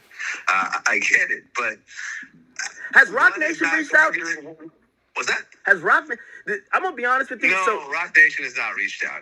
I think that's the story in itself. Gmail account. I remember my assistant got some weird email saying, "I'm representing Rock Nation. You need to remove that tweet immediately." Someone with a Gmail account I've never heard of. I'm like, yeah, okay. Vlad, and if Rock Nation, let's just say, because remember I was on Piers Morgan with the whole Jaguar rights situation, which he spewed all that nonsense. Yeah. And Rock Nation did reach out to Piers, and Piers did publicly apologize and take that clip down and so forth. If Rock Nation were to reach out, I will gladly say it was all sarcasm. It was comedy. It was designed to make people look silly, which it did. In fact, I think it helped you guys more than anything else. I think that's why they haven't reached out. Yeah, exactly. I think it actually helps them way more than it hurts them on any level. Because conspiracy theorists are always going to think that, regardless of what they put out. I think they're totally fine with it. In the same way, listen, Sneeko called me the same night and asked me about it. I've never doubled down on this. I've said, yeah, at the point that I got off Twitter, I've been admitting that this is all, this is all silly. All right. So the follow-up question to that would be, because I believe you, right? Yeah. Knowing how Rock Nation operates, they have, there's a video that was discovery material from Desiree Perez, CEO of Rock Nation, and her daughter ongoing case, which was a home recording that made its way online. And Rock Nation quickly reached out to any outlets that even used it and said, hey, listen, we will pursue legal action. They've also reached out when people even, made any more than a light insinuation when he had civil accusations, they are really lawyer ready. So the fact that they haven't done that with you, they probably think you're help doing their bidding. Do you feel like at this point that your post and demeanor to say this is to make y'all look foolish actually helps Rock Nation because they really want to, it's like the real creeps in the Epstein files are saying, yeah, look at all this other stuff. Did you really believe George Bush was eating the intestines of little children? Again, crazy. Do you think that maybe your post still being up is actually, indirectly working for them, or it seems to be helping them? I don't have a dog in the fight with either person. I don't have a relationship with Jay. I don't have a relationship with Megan. I don't have a relationship with Rock Nation or anyone really has to do with Megan or so forth. Nor do I have a relationship with Tory. I am really totally neutral in this case. I am a complete outsider, which isn't always the case in my line of work because I have relationships with a lot of people. I've interviewed a lot of people. But in this particular case, I've never sat down with Jay. I've never sat down with Megan. I've never sat down with Tory. Interesting. All three of those, I don't have any level of connection with. Like I said, me and Tory, we exchanged one set of DMs a long time ago during his trial where I made a comment about him and he DM'd me and called me a cop or whatever else. He tried to see what I actually knew, and I told him, like, what I know is what's obvious out there. And that's that. He's like, well, you a cop. And I'm like, okay, cool, whatever. Like, I've always said if Tory wants to come do an interview. In fact, there was a conversation about him doing an interview on Vlad TV, while locked up. The other day, I have nothing against Tory. When I met his dad, I was super respectful. And me and his dad have each other's phone numbers. His dad could call me and address all this. Hey, and I know you put that offer out there. I'm wondering if, and you say you have no dog in a race or horse in a race, whatever. Yeah. Would you do an interview with Nessa? And I know you've had Van before, if you would do it with either. So let me give you the story behind them and their connection with the Rock Nation and Jay-Z. So Nessa is the girlfriend, I believe girlfriend or maybe wife of Colin Kaepernick. She came out, and I know you have said Nicki is just a whack job, but she came out and she supported Nicki. And she said, well, some of the things that she's saying actually goes right in line with my experience. Jay-Z came in and co-opted this entire movement that my husband or my guy started by kneeling, and he basically communicated with us that he was on our side. He got us out of pain. He basically did the bidding off the NFL, and it was, again, I'm still going to say the byproduct of the invisible hand moving those out that is problematic and getting what they want, whether it's a conviction, whether it's, get this motherfucker to stop kneeling. We trying to get some ads.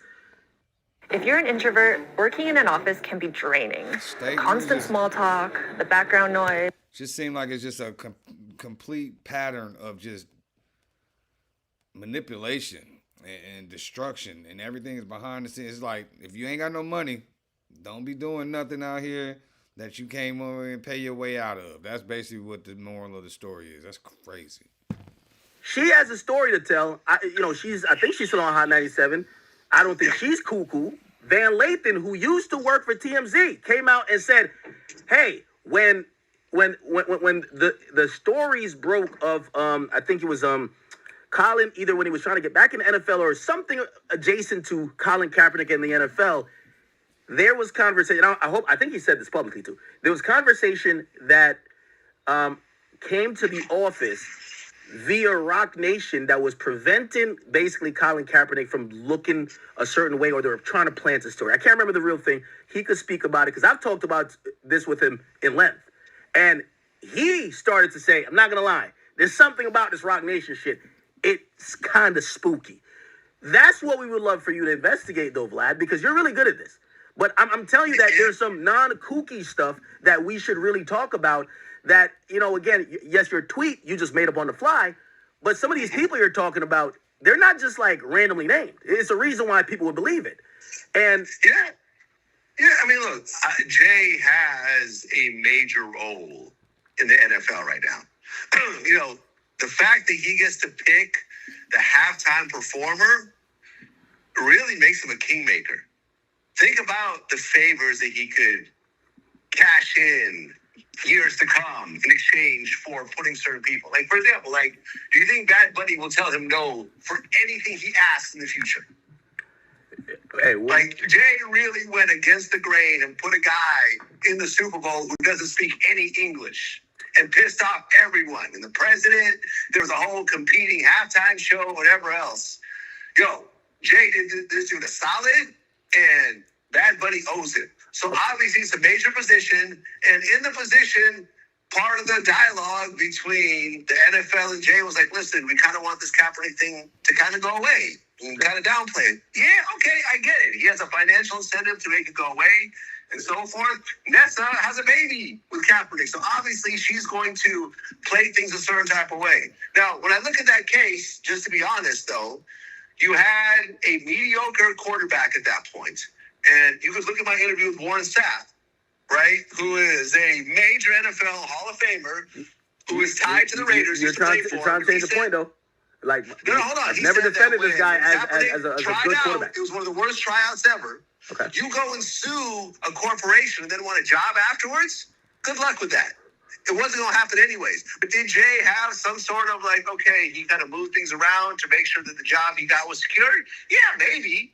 But that's a lot different than sending someone to go kill a guy in prison and hiring a pedophile to do it, which is what happened. That's right? Vlad's on. Different than paying off a judge, having some words with someone or whatever else, and using your star power. Listen, man, you and I use our star power to get shit. Have you ever been to a restaurant and there's no reservation? Oh, academics, come on in. I got a table for you. Oh, no, it's on the house. Here's some free food. Oh, here's a discount on this. Here's that. Vlad, I hear what you're saying. What I'm saying is that there's only one entity that's hip-hop adjacent or hip-hop related that have 5,000 accusations of underhanded tactics, going all the way from framing people for convictions to influencing powerful people to keep other people out of the spot, that we could tangibly see every day that are actually making decisions, right? It's not like we're like, no, like... Did he hasn't been doing this his whole career? The Shine case? The whole case with the celebrity basketball game where people died? And the whole dialogue about Diddy is that once the power and influence went away, he got exposed. And even the things that we learned, how was he able to cover up this for 20 years or 30 years? How? If they told you he blew up Kid Cudi's car back in 2010, you would have said, that's ridiculous. This guy's a billionaire. Who would actually threaten their livelihood as a billionaire to break in someone's house with a gun and then blow up his house with some type of firebomb? Wouldn't you say that, Vlad? Be honest. It would sound ridiculous. Yeah, no, listen. Now when we see the videos and pictures, we're like, wow, he did that. Your point of this, and look, and then it kind of came out later on that Diddy was a drug addict, right? And this is some druggy behavior, right? This is what drug addicts do. You've never seen someone do something stupid on drugs? I have. Well, and let me tell you, was car on fire? From my knowledge, in the entire entertainment industry, everyone has their, vice or their drug of choice or whatever. Right. But I think the biggest drug overall is power, and absolute power corrupts. And the point is this: when you look at Rock Nation and Jay-Z, it doesn't. I don't think I would call someone stupid or foolish if they said this, right? Let me just make if someone said, or let's say a Drake fan says, "Hey, I think that Jay-Z." If you were sexually abused while in a juvenile detention facility, you may be entitled to $580,000 or more in compensation. Going on, y'all. May have wanted to, add a little bit flame to the fire of Kendrick Lamar, and he made Kendrick perform that. The biggest song that was dissing the biggest rapper at the time that, just legacy-wise, his legacy is being compared to this guy. He gave the guy the platform that he could try to bring the other guy down. Would that be so far-fetched to even come up with that? Granted, we don't have full proof. I think that people do a lot of legal stuff to move their influence around and so forth. I've done it. You've done it. At the end of the day, I've had situations where people come to me and said, "Hey, we want to interview this guy that doesn't like you." The problem is we're not that powerful, Vlad. And they're like, all right, cool. Yeah, fuck that guy then. I'm trying to maintain a relationship with you. I mean, I've told lots of times that Boosie called me and said, "Can you please stop interviewing Charleston White?" And I said, and by you admit that? I did it. And me and Charleston ran into each other. You were right there when it happened. At the Aiden Ross fight. I walked up to him. We talked about it. I'm like, yo, bro, I don't have anything against you, but this whole thing about talking about kids and all that is really not cool. And he's like, I know, but it's just words. And me and him talk. I don't have any hatred towards him, but Boosie pulled that card, and he used his influence, and based on our relationship, he pulled that off. You haven't seen the Charleston interview since then. Hey, and I agree with you that these things happen. And this is normal. This is normal. And my thing is this, and I've always said, like, hey, listen, it's a reason. If I ran to Spotify, with great power, you need to have great scrutiny, right? So I always said, listen, if I ran Spotify Rap Caviar, you'd never see a Freddie Gibbs song on there to say none of the niggas I like would ever be up there, period. You get what I'm saying? So, the people that do run it, you have to kind of scrutinize, because here's the thing. Yes, fine. You don't like someone, you don't platform. And I don't like someone, I don't platform. The max I could do is, all right, little baby, you about to go through a tough PR look for the next 18 months. Good luck, right? But that's about it. If I ran the label he's on, I would make sure he's in Sri Lanka performing for monkeys. That's it. Like, you'd be out of here. So again, there's different levels of power. And what I'm saying is that Rock Nation is he do not like Lil what Baby. We've seen, and we're constantly hearing their name connected to stuff, not just the Tory stuff, but just so much more. That's why I can't look at what Nicki's saying and say, hey, you're just a kook, right? On this particular thing where she has seemingly an axe to grind with Jay-Z and Rock Nation and some of the things she's bringing up, and then I see these other things that are happening. I'm like, okay, we should probably look at it now before it's too late. And we're sitting back to say, how did Diddy get away with this for this long? And most would argue that when it comes to Jay-Z, he's infinitely more powerful than Diddy was ever at Diddy's height. Because at Diddy's height, he was still that one-man show that was just running around with vodka. Right? When you think about Jay-Z, he used everybody, he got Tidal, and then basically he sells Tidal to Square. He's now on the board of Square. You're seeing him walk around with Jack Dorsey, the guy who was the original founder of Twitter, and they're like best friends on vacation now. They own Cash App. Basically, once you start to see he's with Harvey Weinstein, it's probably not that out of the realm of the possibility that Jay-Z's power may allow for some of these things to happen. We're not saying it didn't happen, but a good investigation or questioning on whether it happened or not, or his association, I think is warranted. But, just to wrap this up, because I know I've had you on for a while, but you're just being facetious. You're being facetious, right? Yeah, I'm being facetious, man. At the end of the day, Jay-Z does have a lot of power in the business world, and he does have a lot of relationships. At the end of the day, if Jay-Z called me, I would have that phone call. Right, I would take that call if he wanted to have a meeting. I would take that meeting. I would seriously listen to what he had to say. I don't always take meetings. I remember when we had a long time ago when the Cassie nude pics had leaked, and we posted them right away. Right, I mean, in retrospect, I wouldn't do that today, but back in the day, yeah, we posted it. And I remember my man Sean Perez called me. He was like, "Yo, Diddy wants to talk to you," and I'm like, "Nope." He's like, "You don't want to talk to Diddy?" I'm like, "No, I know what this is about. I'm not going to sit there and get yelled at by Diddy, because then I'm going to start yelling back, and the next thing you know, there's going to be a shouting match over the phone, and, whatever. I'm not taking the pics down. I'm not talking to Diddy." And eventually, someone, he contacted Steve Rifkin, who owned SRC Records, and we were based in his office at the time.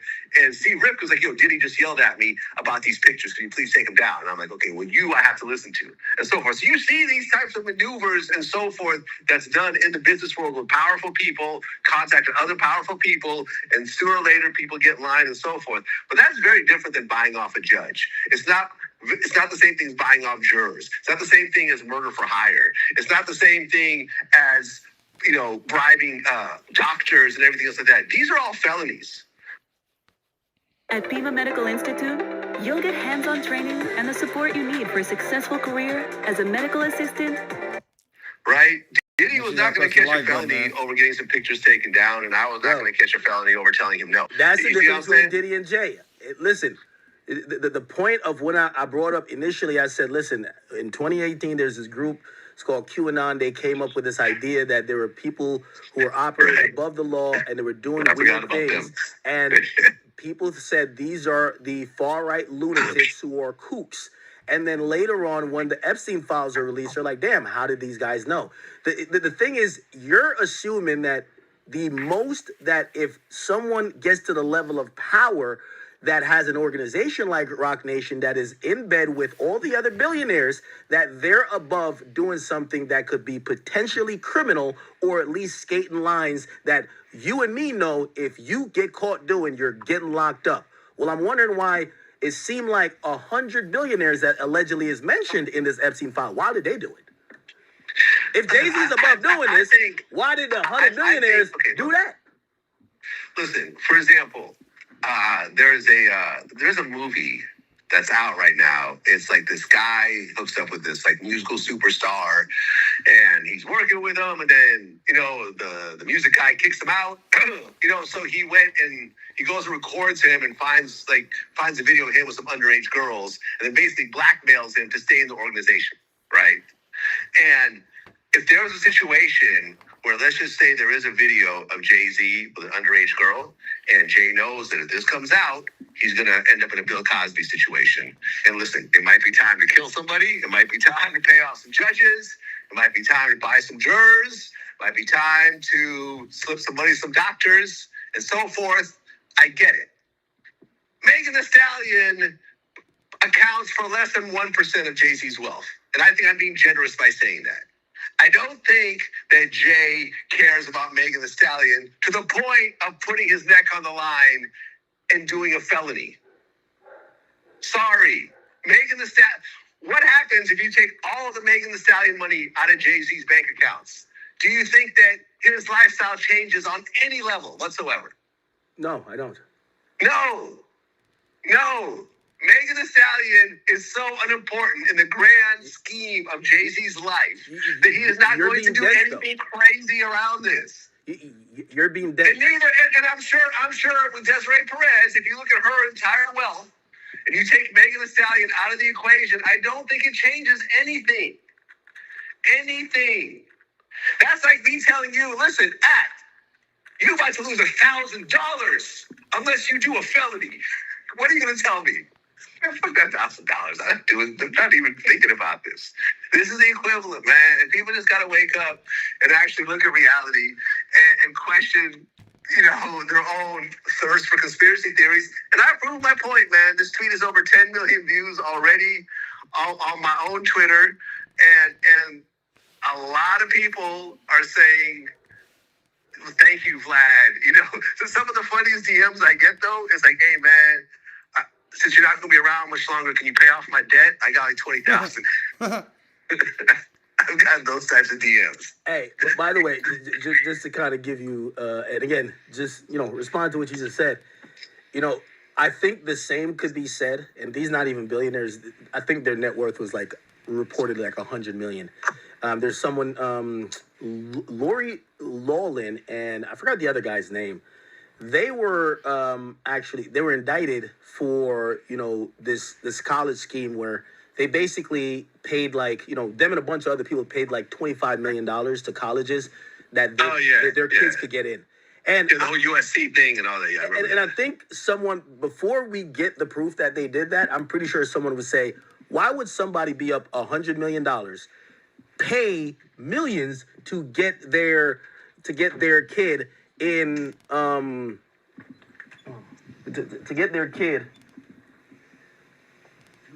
into a sports program, and in turn getting him into a top school. I get it. Yeah. I get it. Listen, I went to a top school. I went to UC Berkeley. I want my kids to go to a top school. But but he might be like, you're above doing crime to get your kids in college when you have all the money that they don't need college. Yeah, but I think it's a little different to get your kid into some non-popular sports program and have it fly below the radar. And this has been going on for decades and no one's ever gotten caught. And at the end of the day, no one cares about the rowing team at USC and there's never any scrutiny. And okay, cool, my kid will be a top rower. I'll throw a little bit of money to the coach and everyone, whatever. That's different than murder for hire. That's different than buying off a judge. Yeah, I'm pretty sure that all those college moms would not do none of that.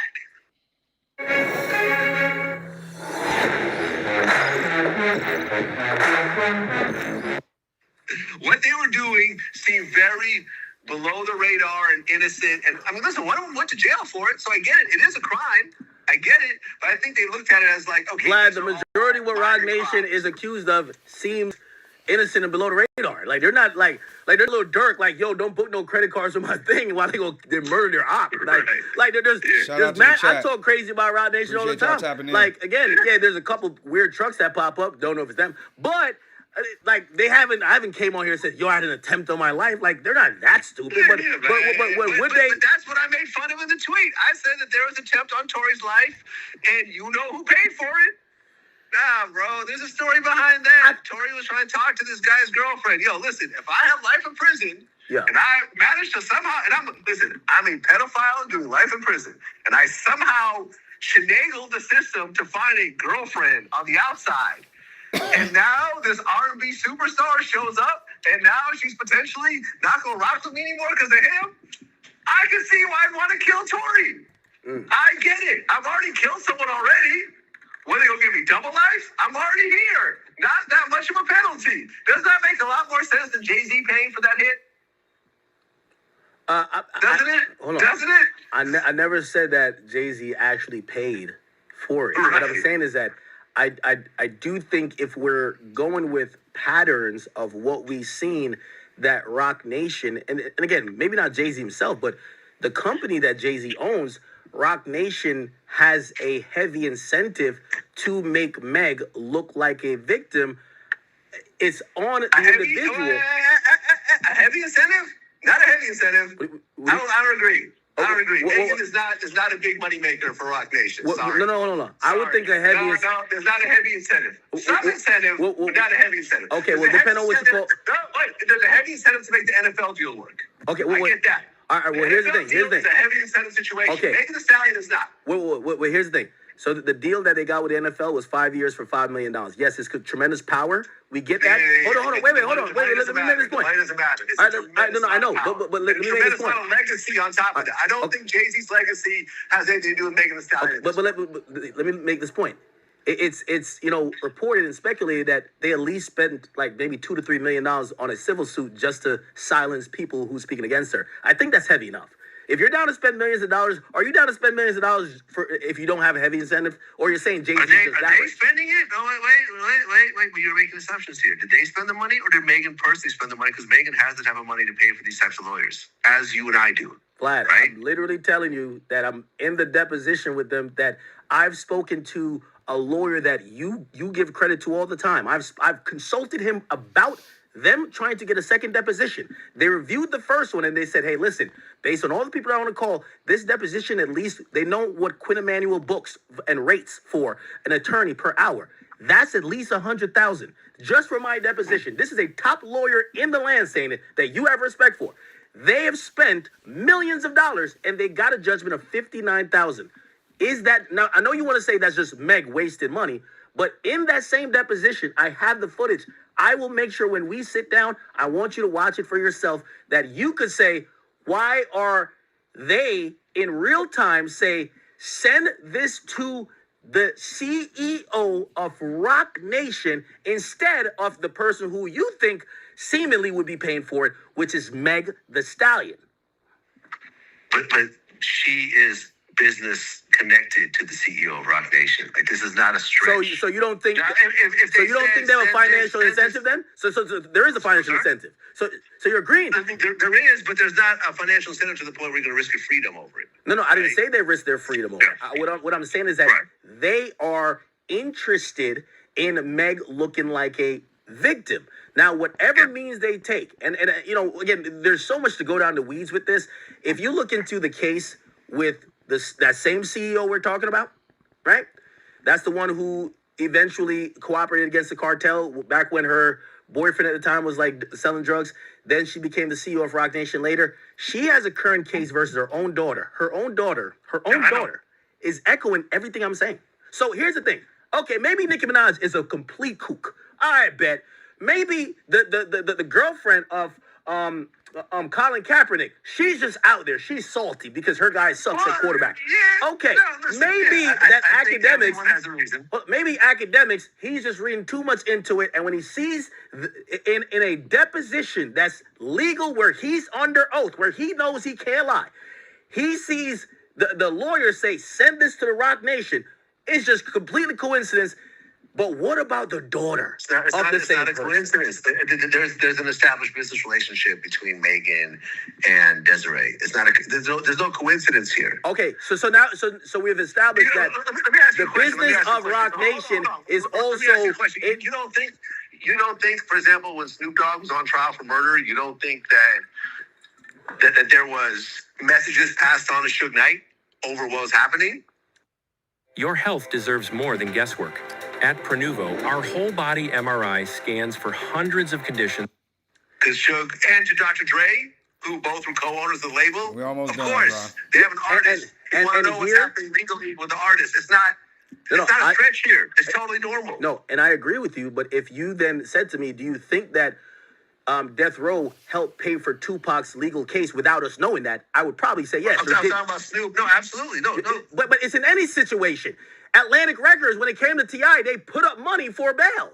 When it came for Kentrell Golden, his first case that he caught at 16 or it was 17 when his man got shot in the neck when they went to do a drive-by, they put up $1 million in surety. When it comes to Young Thug, so the point that where you're saying that, oh, this is just Meg and not Rock Nation, like, come on, you're being way too naive. This is both of them. I will give you that, and I think that's a valid point. Did Rock Nation possibly, supplement or pay for the lawsuit?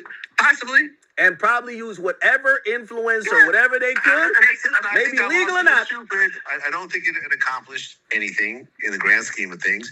It probably scares certain people about saying certain things, but the reality is that, like, silencing one or two people in the media in 2026 makes zero impact, right? Like, for example, like the fact that Charlamagne won't speak out against Jay-Z, do you think that really matters at all? Yeah, No, it does. It doesn't. It does. He just got paid $200 million. Of course it matters. He's one of the biggest voices. Yes, it matters. What? I think that you think? I see that. You know who speaks out about Jay-Z? Is a bunch of YouTubers that get 500 views. Yes, the guy who's on the biggest radio show, who, according to pay, he's the biggest in media. If he won't say nothing, it matters. If Joe Rogan won't speak about how atrocious the Epstein files look and how much the government might be still hiding, yes, it matters. Definitely matters. I think that it matters to the extent of this. Let's just say that Jay was caught with an underage girl, right? Not to say there's any truth in this. And Charlamagne doesn't say anything. Do you think that matters at all? There'll be such a huge tidal wave of voices from every part of the world that it doesn't matter whether Charlamagne says it or not. Doesn't matter.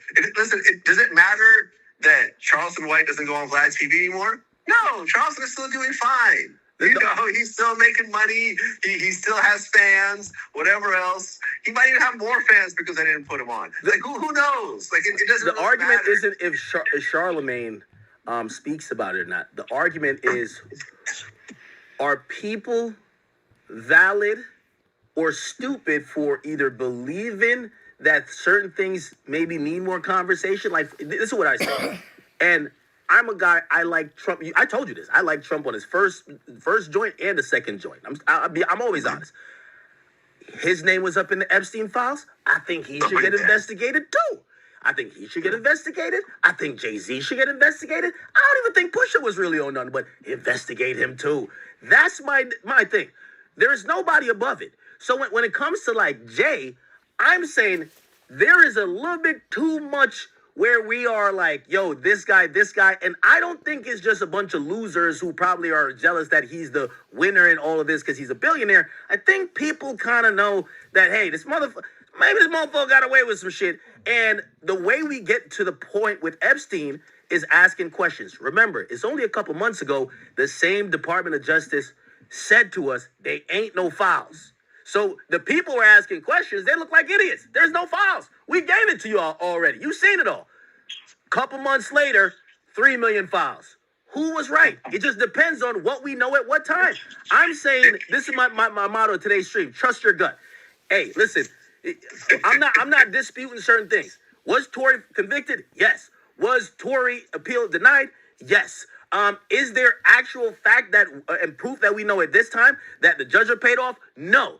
Did that bodyguard that is now, they're repurposing an old clip, did they see something that night? They weren't there. Did they overhear Kelsey? Perhaps. I don't know. But trust your gut. Take everything you know. Take the initial statements. Meg lies, doesn't tell the truth, supposedly tries to protect, gets mad. She then wants to tell the truth. Her company, Rock Nation, approaches the DA. They then get this indictment going on. We see other things through the media. Kelsey's back flipping, sidestepping. We don't know. And whatever you think from that, and that's the thing I've always defended people who flat out believe. I always believe that Meg was shot. Some people believe there was no shot. No, she was shot. I believe she was shot, but for the people who do believe that she never got shot, I kind of understand because there's a million different stories that at some point you might be like, you know what? I'm going to hop off of this, misinformation or misdirection train at this point because we're getting told one thing today, and then the next day we get told another thing. Again, that's how. And listen, there's a real argument for people saying she didn't really get shot because she herself said that she didn't get shot. Bingo. Right? So there you chat, go. man. Like, Shout if out you to the want to chat. argue Appreciate that y'all part, tapping in. Okay, if you were in a recent car accident, you have to check this out right now. Okay, I'm going to show you something. At the end of the day, Vlad, he put this tweet out here just to basically just stir up controversy. But on top of that, it was a very satirical tweet. It was very facetious, very sarcastic. He has expressed that on his phone call with academics. But at the end of the day, what academics is arguing is that it's not too far-fetched for people to actually believe some of the stuff that he put out there because of the inner workings that have been going on behind the scenes for years. You know what I mean? So, yeah, let's keep this shit. Absolutely crazy. It's going to blow your mind. So this is then cool, we could argue it, and I'll give people like a real. There we go. But ultimately, the doctor came forward. But listen, but she did say she didn't get shot, so there's a little bit of a gray area there. I totally get it. But the reality is, man, is that Tory put himself in this situation, and he antagonized her, and it doesn't like at the end of the day, he could have avoided all this. Okay, you're right. Hey. He could have avoided all this. His ego was out of control, and he felt that the internet speaking on his behalf matters in a court of law. And we saw that it doesn't. Those jurors did not care what the internet had to say. Because the internet, every poll I did, found Tory not guilty. Every poll that I did on my own Twitter account with tens of thousands of votes, found him not guilty. All said that Tory's going to be, let out. Tory even had a tweet, before he's like, I'm going to show y'all how powerful my God is. You will stand at my feet and see the truth. And then the day later, he was found guilty. So, it's one of those things, bro. It's one of those things. And I hope, based on what Tory's been through, I think that based on the level of violence that he committed, on Megan, I feel that he has served his debt to society. He has been in prison now for a number of years. He's gotten stabbed up way worse than she was hurt. If you told me right now that Tory's going to come home, I'll say, I'm glad he's coming home. He has served his debt to society. So you're saying you're not against maybe a commutation of his sentence? Yeah, no, I'm fine with that, man. Like Tory. People think I have something against Tory. I do not, on any level. Well, the tweet comes across as, hey, listen, this is a heinous guy who's made excuse after excuse to not take accountability of shooting his woman.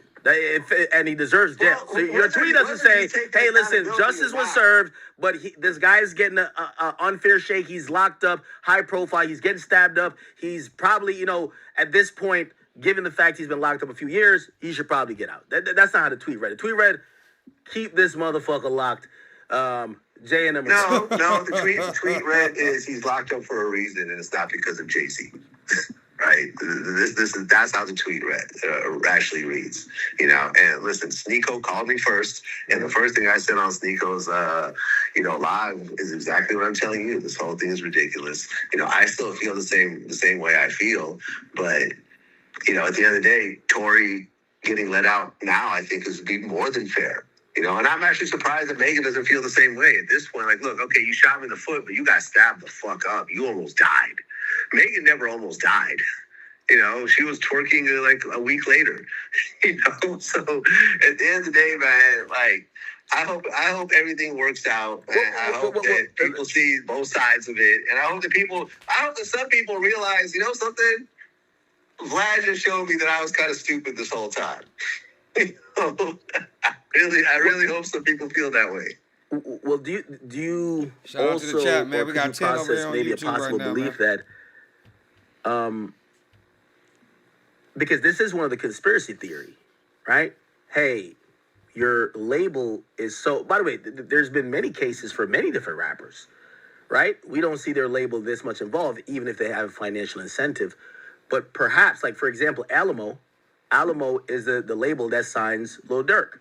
Now, granted, maybe you could compare Durk and Meg Thee Stallion as a proportionate type of artist, but if you look at Alamo's roster compared to 300 roster, which is Meg's label, Durk is by far the biggest, him and Rod Wave. They're the biggest artist that has kept that label afloat.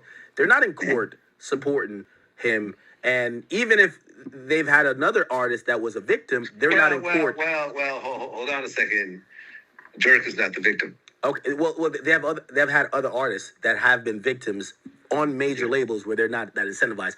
Here's the theory that I'm floating.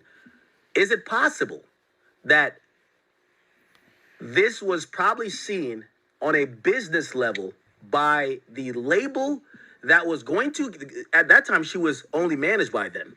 They were looking to sign her away from 1501. Is it possible that they felt that, fuck, even if it really happened, of course, they're probably going to believe her. This is a perfect, firestorm for you to end up and get what Rihanna got in terms of sympathy. And not saying Rihanna's not an amazing, talented artist, but that sympathy universally made Rihanna kind of go to another level in people saying, hey, listen, we have to protect this woman. She got abused by another famous entertainer, and maybe we're looking at possible that angle to say, we're going to lean into this, get a guilty verdict. Now she's a victim. She could now, we see the tears, we see this and third. They put out a documentary about it, and they're hoping to curry the favor of people to say this is a victim. However, it's not worked. So the work is not done until she's a full victim. Yeah, listen, I get it, and that sounds plausible to me. You're trying to get this client, you're trying to get this artist away from this other independent label. You're already managing them. She ultimately did leave, right? She broke the deal with 1500 and went over there and so forth, and I get it. But if you then say, and then they paid off the judge in order to do that, just to get this artist on their label. Then they paid off jury members in order to do that. Like, this is only no. All the other shit never happened. Did they try to cozy up to her? Sure. Well, of course. If you see a business opportunity, and listen, ultimately she did not become the next Rihanna. So it didn't really work out that way, did it? Vlad, my whole point is we got to separate there's actual kooks out there, right? And people that go too far. It's like saying, yo, it's some Muslims that crash into the World Trade Center. Man, all y'all Muslim niggas is doing. No, there's a few people that's out there. You're right, but the majority of people are normal and sane, and maybe they have questions if there's any association with the judge. Like for example, they have questions about Tory's former attorney, which is Sean Hawley, who after she stopped working for Tory, she went on to produce a documentary. Or actually a multi-part series, which she named every episode after Jay-Z songs. And people are like, well, that's interesting. Like, you know what I mean? Maybe it's a coincidence there too. She's defended Tory. Well, okay, so let's talk about the whole situation. Remember, she stepped away from the case before it went to trial. Yes. Right? Because what obviously happened, well, not obviously, but what I think probably happened was that she told him he's not going to win. And she told him that she's not going to represent him in lie in court and so forth, and told him certain things that he did not want to hear. So clearly, the fact that he had to scramble and find a whole new lawyer right before trial. Let's represent that a little bit more fairly. So her main thing, and I read the letters, and by the way, we've seen Megan Cunningham publish them. I guess they have some relationship. Which by the way, I'm actually concerned that how those emails were put out, given the fact there should be attorney-client privilege. But, that's a story for another day. Here's the point. When reading those emails, her main point of discussion was that she advised Tory against the main strategy of what should go forward. And to what you said. Hi, my name is Tami, and I would like to give you a few reasons why you should consider dating a young Asian lady. And you've said on many podcasts that Tory should take the stand. Tory wanted to take the stand. She told Tory, I cannot be your attorney if that's what you're going to do, because we've tried a mock interrogation or you taking a stand, and I'm not comfortable with that. Shout out to the 13 people over here on the chat. Appreciate y'all. Make sure y'all press the like button. Please subscribe. We are almost to our 500 mark on YouTube. Shout out to the Twitch, man. Appreciate y'all tapping in. We need to get to 20 by Friday. All right, let's go. So that's the majority of the issue. She claims that, according to her, that the trial strategy were not incongruent.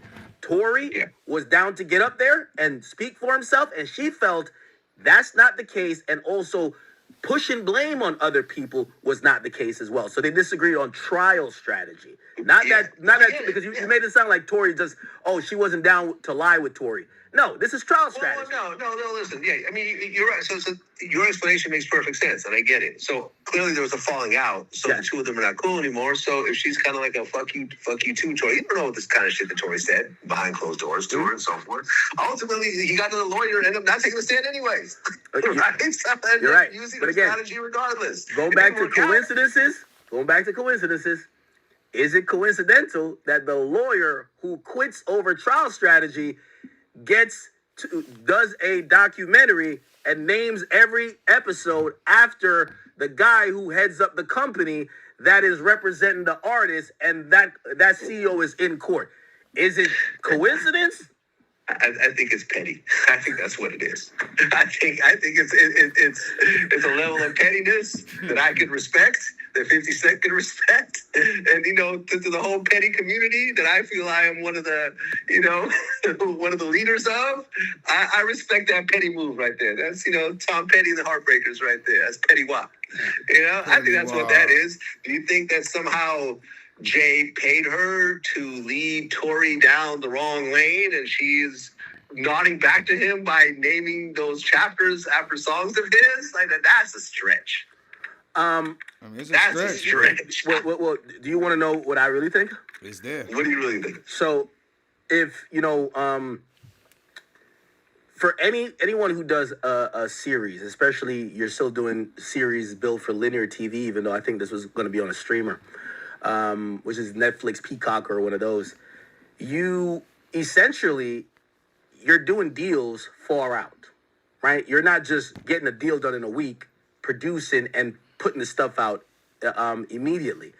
I believe that, this was a possible source of conflict of interest that by the way, Tory did try to state in his, in his appeal, which, yes, that was rejected, but I do think is valid.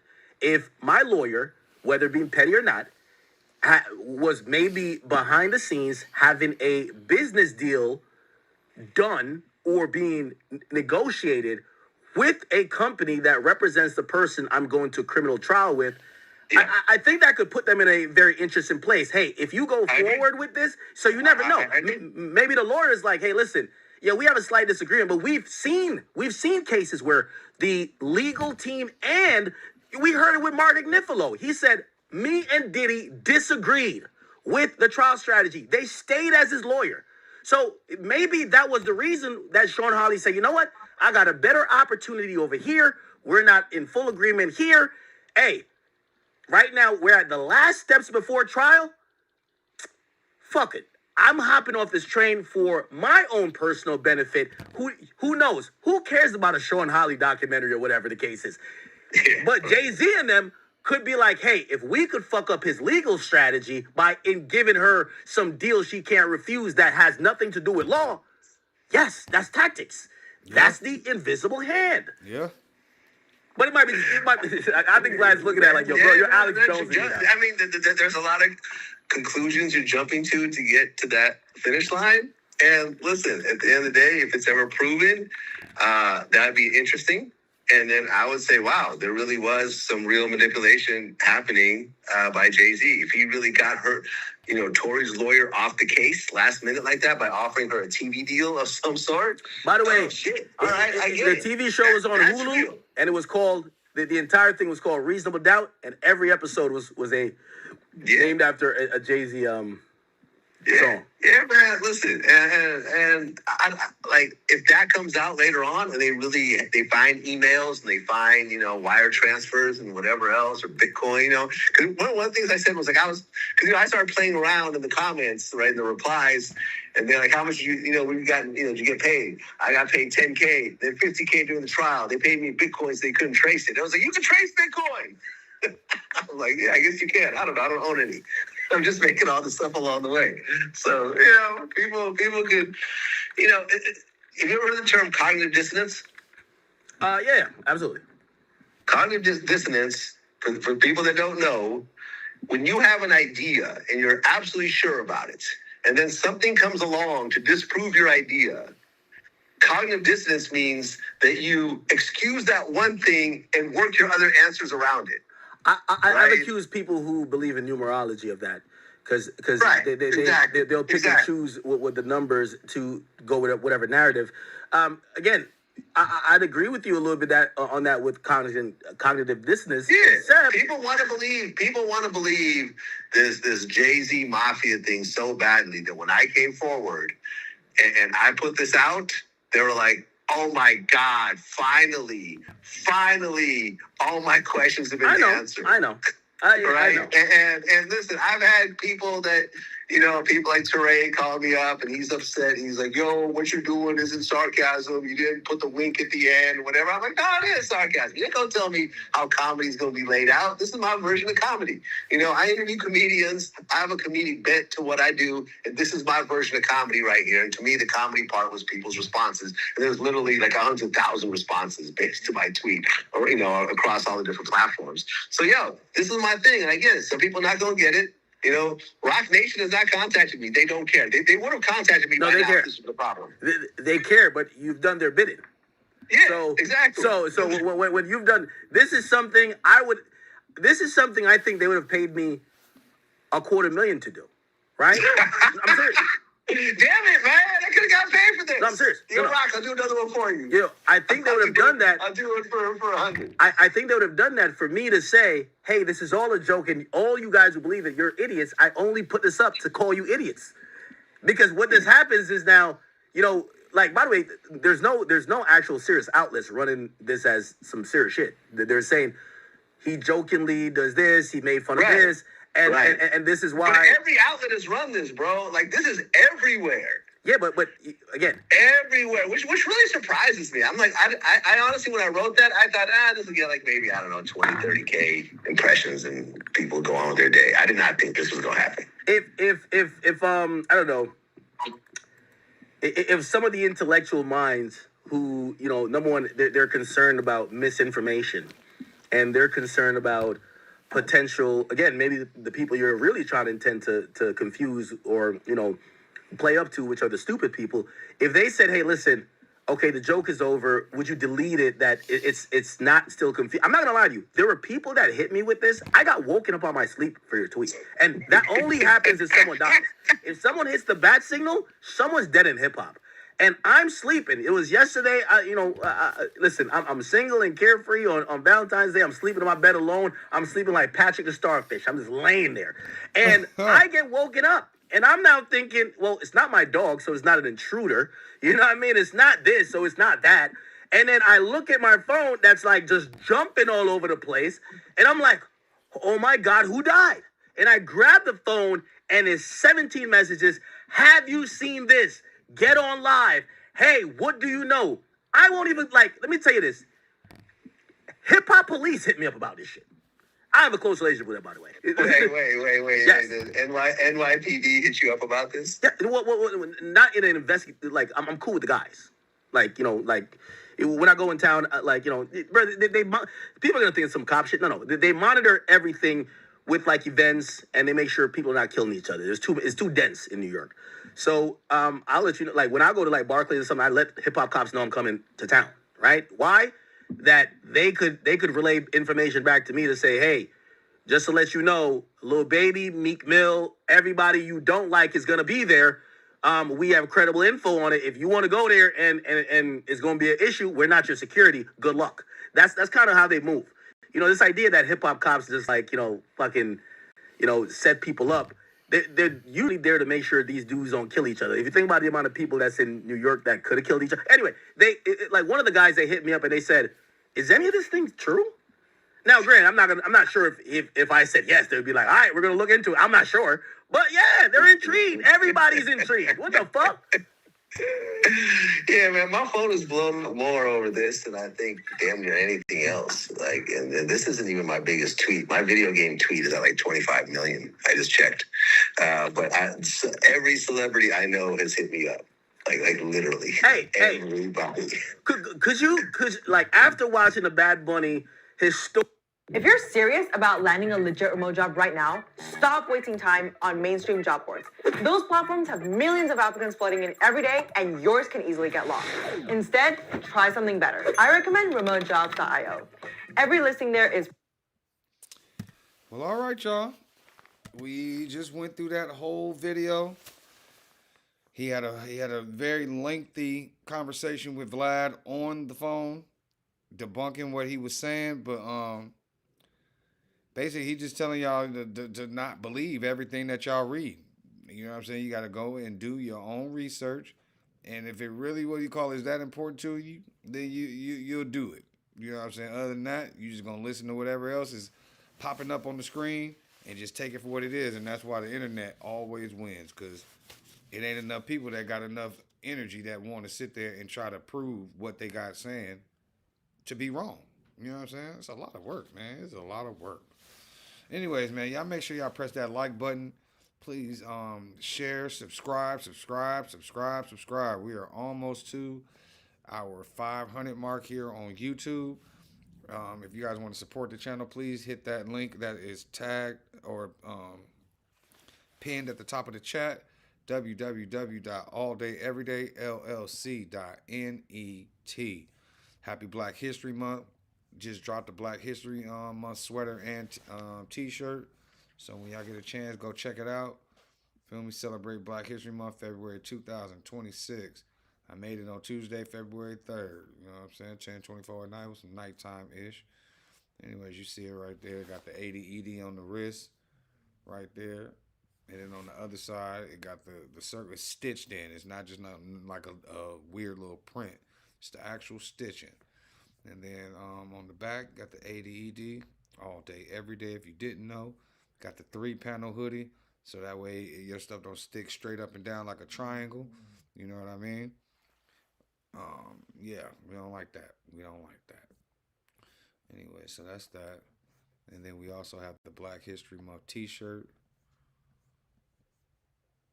along with a bunch of other wonderful items. So make sure y'all go check them out. Once again, www.alldayeverydayllc.net. See it? Black History Month 26. 80 ED on the shoulders. On both sides. You feel me? And then got the 80 ED on the back. Got a bunch of color waves. So, yeah, man. Whenever y'all get a chance, go check it out. Support the channel. Support your boy. Put a lot of work into this brand, and we grinding 80 all day, every day. You feel me? Yay! We got through another one, guys. Make sure, like I said, make sure y'all like, comment, subscribe, share, do all that good stuff that helps continue to build the channel one stream at a time. You feel me? You're now tuned in with your favorite dark-skinned friend with a beard, Unity.